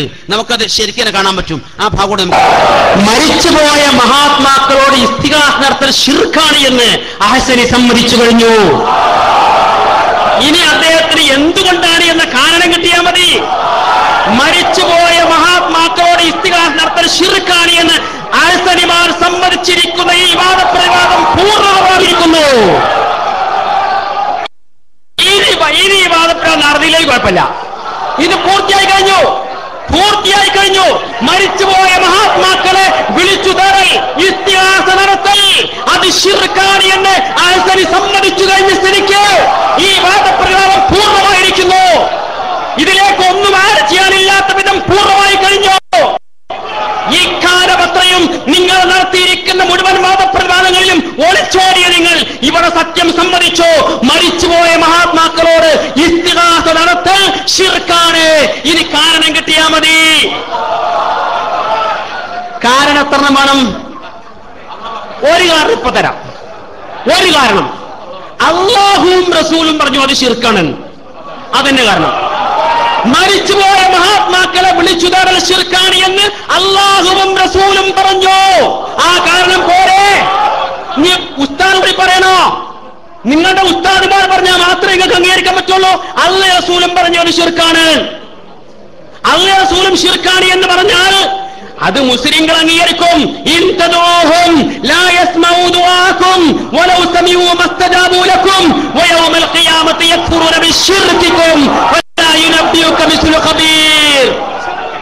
അല്ലാഹുവിന് പുറമെ നിങ്ങൾ വിളിച്ചു തേടുന്ന ആളുകൾ അവർ നിങ്ങളുടെ പ്രാർത്ഥന കേൾക്കില്ല, ഇസ്തിഗാസ കേൾക്കില്ല, മാത്രമല്ല ഉത്തരം ചെയ്യില്ല. പരലോകത്ത് വരുമ്പോ നിങ്ങൾ അവർക്ക് ചെയ്തിരിക്കുന്ന ഈ ഇസ്തിഗാസ എന്ന ശിർക്കിനെ അവർ നിഷേധിക്കും. അല്ലാഹു പറഞ്ഞതാ. മാത്രമല്ല വല്ലദീന യദഊന മിൻ ദൂനില്ലാഹി ലാ യഖ്ലുഖൂന ശൈഅൻ വഹും യുഖ്ലഖൂൻ അംവാതുൻ വഗൈറു അഹ്യാഇൻ വമാ യശ്ഉറൂന അയ്യാന യുബ്അസൂൻ. നിങ്ങൾ വിളിച്ചു ചേർന്ന ആരെയാ? എന്നാണ് പുനർജനിക്കുക എന്ന് പോലും അറിയാത്ത, ഒന്നിനെയും സൃഷ്ടിച്ചിട്ടില്ലാത്ത, ജീവനില്ലാത്ത മരിച്ചുപോയവരെയാണ് നിങ്ങൾ തേടുന്നത് എന്നും ഖുർആൻ അടുത്ത് പറഞ്ഞത്. ആ തേടുന്നത് ശിർക്കാണ് എന്നും പരലോകത്ത് വെച്ച് അവരെ നിഷേധിക്കുമെന്നും ഖുർആൻ എടുത്ത് പറയുന്നു. മാത്രമല്ല നിങ്ങൾ വിളിച്ചു തേടിക്കൊണ്ടിരിക്കുന്ന ആളുകളെ കുറിച്ച് അല്ലാഹു വീണ്ടും പറഞ്ഞു, അലഹും അർജുലുൻ യംശൂന ബിഹാ അം ലഹും ഐദിൻ യബ്തുശൂന ബിഹാ അം ലഹും അയ്യുൻ യുബ്സിറൂന ബിഹാ അം ലഹും ആദാനുൻ യസ്മഊന ബിഹാ. അവർക്ക് നടക്കാൻ പറ്റിയ കാലുണ്ടോ, പിടിക്കാൻ പറ്റിയ കൈകളുണ്ടോ, കാണാൻ പറ്റിയ കണ്ണുകളുണ്ടോ, കേൾക്കാൻ പറ്റിയ കാതുകളുണ്ടോ? ഇതൊന്നുമില്ലാത്തവരോട് വിളിച്ചു തേടിക്കൊണ്ടിരിക്കുന്ന ആളുകൾ വമൻ അളല്ല മിമ്മൻ യദഉ മിൻ ദൂനില്ലാഹ് മൻ ലാ യസ്തജീബു ലഹു ഇലാ യൗമിൽ ഖിയാമ വഹും അൻ ദുആഹിം ഗാഫിലൂൻ. അന്ത്യദിനം വരെ തങ്ങളുടെ പ്രാർത്ഥനകൾക്ക് ഇസ്തിഗാസക്ക് ഉത്തരം ചെയ്യാത്തവരോട് വിളിച്ചു തേടുന്നവരെക്കാൾ ഏറ്റവും വഴിപിടിച്ചവൻ ആരുണ്ട് എന്ന് ഖുർആനാ ചോദിക്കുന്നത്. അപ്പോ അല്ലാഹു അല്ലാത്തവരോട് ഇസ്തിഗാസ നടത്തുന്നവർ വഴിപിഴച്ചവരാണ്, ശിർക്ക് ചെയ്യുന്നവരാണ്. അവരുടെ പ്രാർത്ഥനയ്ക്ക് ഉത്തരമുണ്ടാവില്ല. അവർ മരിച്ചുപോയവരോട് തേടുന്നത് എന്നൊക്കെ ഖുർആൻ എടുത്ത് പറയുന്നു. അല്ലാഹും റസൂലും ഒരു കാര്യം ശിർക്കാണെന്ന് പറഞ്ഞാൽ പിന്നെ അതിലേറെ കാരണങ്ങൾ തേടി വയലേണ്ട യാതൊരു കാര്യമല്ല. അള്ളാഹുവിലും അവന്റെ റസൂലിലും വിശ്വാസമുണ്ടെങ്കിൽ അഹ്സനിമാർ ആ ഖുർആനിലേക്കും പ്രവാചകചര്യയിലേക്കും തിരിച്ചു വരണം എന്നാണ്. അപ്പോ അവർ ചോദിച്ച ഏറ്റവും പ്രസക്തമായ ചോദ്യം എന്ന് അവർ അവകാശ ചോദ്യമാണ്. അത് നമ്മിരിത്തരം വെട്ടിച്ച് അവതരിപ്പിക്കുവാൻ ശ്രമിക്കുന്ന ആളുകൾ മുജാഹിദ് പ്രസ്ഥാനത്തിന്റെ പേരിൽ തന്നെ പ്രവർത്തിച്ചുകൊണ്ടിരിക്കുന്നുണ്ട് എന്നുള്ളത് ഇടയ്ക്ക് ഞാൻ സൂചിപ്പിച്ചത് മാത്രമേ ഉള്ളൂ. പറഞ്ഞത് ഇവിടെ കൃത്യമായി നമ്മോട് ചോദിച്ചിരിക്കുന്ന ചോദ്യങ്ങൾക്ക് പ്രമാണങ്ങളുടെ പിൻബലത്തിൽ മറുപടി നൽകി.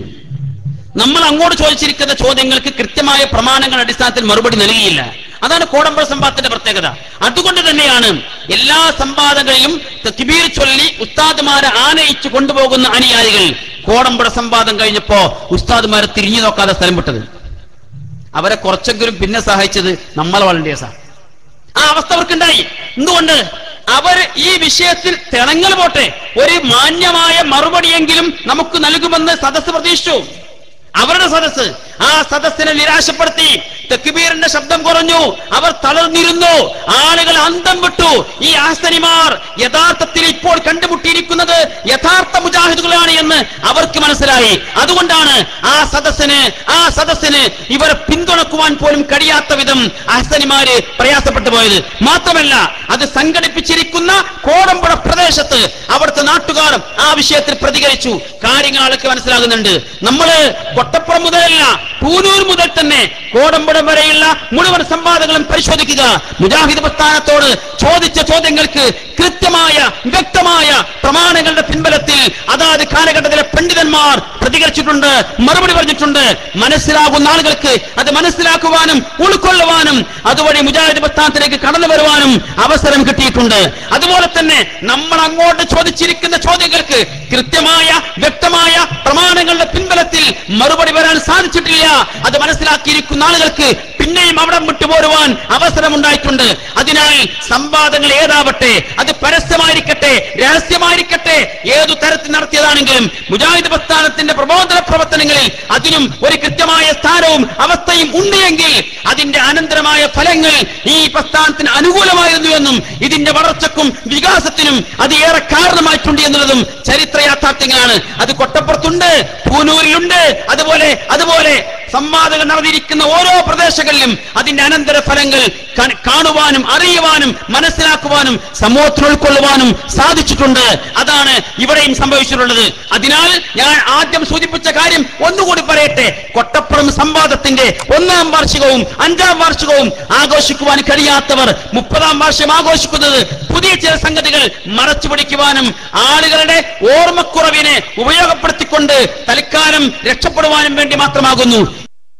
ഈ കൊട്ടപ്പുറത്ത് നടന്ന മുജാഹിദുകൾക്ക് തലകുടിക്കേണ്ടി വന്നിട്ടില്ല, മുജാഹിദുകൾക്ക് അടിപതരേണ്ടി വന്നിട്ടില്ല, മുജാഹിദുകൾക്ക് ഉത്തരം മുട്ടേണ്ടി ുമ്പോൾ ഉസ്താദിന് ഉത്തരം മുട്ടിയപ്പോ താടിയും തലയും ചൊറഞ്ഞ് ആളുകളുടെ കയ്യിൽ കല്ലിന്റെ കഷ്ടകളും അതുപോലെ കട്ടകളും കൊടുത്തിട്ട് മുജാഹിദ് പ്രസ്ഥാനത്തിന്റെ പണ്ഡിതന്മാർക്കും നേതാക്കന്മാർക്കും നേരെ ഏറ് നടത്തുവാൻ വേണ്ടി ആക്രോശിച്ച് അല്ലെങ്കിൽ ആ നിലക്ക് അടയാളങ്ങൾ നൽകിയിട്ട് ആ സംവാദം പിരിച്ചുവിട്ടിരിക്കുന്ന ആളുകൾ, ഒരു ദിവസം കൂടി നടക്കേണ്ട സംവാദം നേരത്തെ പിരിച്ചുവിട്ടിരിക്കുന്ന ആളുകൾ, അവരാണ് ഇപ്പോൾ ആ സംവാദത്തിന്റെ വിജയഗാഥ ആഘോഷിക്കുവാൻ രംഗത്ത് വരുന്നത് ഒരു ഭാഗത്ത്. അതോടൊപ്പം മറുഭാഗത്ത് മറ്റുള്ളവരും നിങ്ങളാണോ ഞങ്ങളാണോ അവകാശവാദികൾ എന്നാണ് പ്രശ്നം. ഞങ്ങൾ പറയുന്നു, നിങ്ങൾ രണ്ടു കൂട്ടർക്കും കൊട്ടപ്പുറം സംവാദമെന്നല്ല, കേരളത്തിൽ നടന്നിരിക്കുന്ന ഒരു സംവാദത്തിലും അവകാശവാദം ഉന്നയിക്കുവാൻ അവകാശമില്ല, അവസരമില്ല. കാരണം ഓരോ സംവാദങ്ങളും പിന്നിടുമ്പോ അതിന്റെ അനന്തരഫലം മുജാഹിദ് പ്രസ്ഥാനത്തിന്റെ ഏരിയകളിൽ അഥവാ അവരുടെ പ്രവർത്തകരിൽ വീണ്ടും പ്രവർത്തകന്മാർ വർദ്ധിക്കുകയാണ്. ആളുകൾ കടന്നു വരികയാണ് കൂട്ടത്തോടെ, കുടുംബത്തോടെ. നമുക്കറിയാം പൂനൂർ സംവാദത്തിന്റെ ഉപോത്പന്നമായിരുന്നു യഥാർത്ഥത്തിൽ NP അബ്ദുൽ ഖാദർ മൗലവി എന്ന ഒരു പണ്ഡിതൻ ഈ പ്രസ്ഥാനത്തിലേക്ക് കടന്നു വന്നത്. അങ്ങനെ പല പണ്ഡിതന്മാരും പല പ്രദേശങ്ങളിലും കടന്നു വന്നത് ഓരോ സംവാദങ്ങളുടെ അനന്തരഫലമായിട്ടാണ്. എങ്കിൽ മുജാഹിദ് പ്രസ്ഥാനം പ്രബോധന രീതിയിൽ പ്രസംഗങ്ങളായി, കണ്ണന പ്രസംഗങ്ങളായി, വാദപ്രതിവാദങ്ങളായി, ആവശ്യാനുസരണം സന്ദർഭോചിതമായി ഇൻഷാ അല്ലാഹ് ഇനിയും മുന്നോട്ട് പോകും. അതിനെ തടുത്തു വെക്കുവാൻ, അതിനെ തകർക്കുവാൻ നിങ്ങളുടെ ദുർവ്യാഖ്യാനങ്ങൾ കൊണ്ട് അല്ലെങ്കിൽ മറ്റേതെങ്കിലും പരാക്രമങ്ങൾ കൊണ്ട് സാധ്യമല്ല എന്ന് ഒരിക്കൽ കൂടി ഉണർത്തിക്കൊണ്ട് ഞാൻ എന്റെ വാക്കുകൾ വിരാമെന്നു സത്യമായി മനസ്സിലാക്കുവാനും അത് ഉൾക്കൊണ്ട് ജീവിക്കുവാനും നമ്മെ ഏവരെയും അനുഗ്രഹിക്കുമാറാവട്ടെ. വിശുദ്ധ ഖുർആനും പ്രവാചകചര്യയും കൃത്യമായി പഠിച്ചു പകർത്തി നല്ലവരായി ജീവിച്ചു മരിക്കാൻ അല്ലാഹുവേ ഞങ്ങൾ ഏവരെയും നീ അനുഗ്രഹിക്കണമേ. ഈ സന്ദർഭത്തിൽ ധാരാളം മനുഷ്യന്മാർ, 10,000-കണക്കിന് മനുഷ്യന്മാർ, മൃഗങ്ങൾ, പക്ഷിമൃഗാദികൾ, സസ്യലതാദികൾ എല്ലാം വെള്ളമില്ലാതെ വരൾച്ചയെ നേരിട്ടുകൊണ്ടിരിക്കുന്ന, അതിരൂക്ഷമായിരിക്കുന്ന വരൾച്ച അനുഭവിച്ചുകൊണ്ടിരിക്കുന്ന ഈ സന്ദർഭത്തിൽ അല്ലാഹുവേ ഞങ്ങൾ കേണപേക്ഷിക്കുകയാണ്, ഞങ്ങൾ ആത്മാർത്ഥമായി പ്രാർത്ഥിക്കുകയാണ്, തേടുകയാണ്. ഈ നാടിന്, സമുദായത്തിന്, മനുഷ്യർക്ക്, മൃഗങ്ങൾക്ക്, പക്ഷികൾക്ക് എല്ലാവർക്കും വെള്ളം നൽകി, മഴ നൽകി, നിന്റെ കാരുണ്യത്തിന്റെ കടാക്ഷം നൽകി ഞങ്ങളെല്ലാം നീ അനുഗ്രഹിക്കണം തമ്പുരാനെ. വെള്ളമില്ലാതെ ഒരു തുള്ളി വെള്ളത്തിന് വേണ്ടി ഒരുപാട് മണിക്കൂറുകൾ ക്യൂ നിൽക്കേണ്ടി വരുന്ന, എന്നാലും ലഭിക്കാതെ പോകുന്ന അത്രയും രൂക്ഷമായ വരൾച്ച നേരിട്ടുകൊണ്ടിരിക്കുന്ന ഈ സന്ദർഭത്തിൽ അല്ലാഹുവേ ഞങ്ങളെ നീ പ്രത്യേകം അനുഗ്രഹിക്കണമേ, മഴ നൽകി അനുഗ്രഹിക്കണമേ തമ്പുരാനെ. അല്ലാഹുവേ പരലോകത്ത് വിജയിക്കുന്ന യഥാർത്ഥ മുത്തഖികളിൽ, മുവഹ്ഹിദുകളിൽ ഞങ്ങളെല്ലാം ഉൾപ്പെടുത്തി അനുഗ്രഹിക്കണമേ തമ്പുരാനെ. അല്ലാഹുമ്മ അഹ്യിന അലൽ കിതാബി വസ്സുന്ന വഅമിത്നാ മഅൽ ഈമാനി വത്തൗബ വതവഫനാ മുസ്ലിമീന വഅൽഹിഖ്നാ ബിസ്വാലിഹീൻ. അല്ലാഹുമ്മ അജിർനാ മിനൻ നാർ, അല്ലാഹുമ്മ അജിർനാ മിനൻ നാർ, അല്ലാഹുമ്മ അജിർനാ മിനൻ നാർ വഅദ്ഖിൽനൽ ജന്നത മഅൽ അബ്റാർ. റബ്ബനാ ആതിനാ ഫിദ് ദുനിയാ ഹസന വഫിൽ ആഖിറതി ഹസനത വഖിനാ അദാബന്നാർ. വആഖിറു ദഅവാനാ അനിൽ ഹംദുലില്ലാഹി റബ്ബിൽ ആലമീൻ. വസ്സലാമു അലൈക്കും വറഹ്മത്തുള്ളാഹി.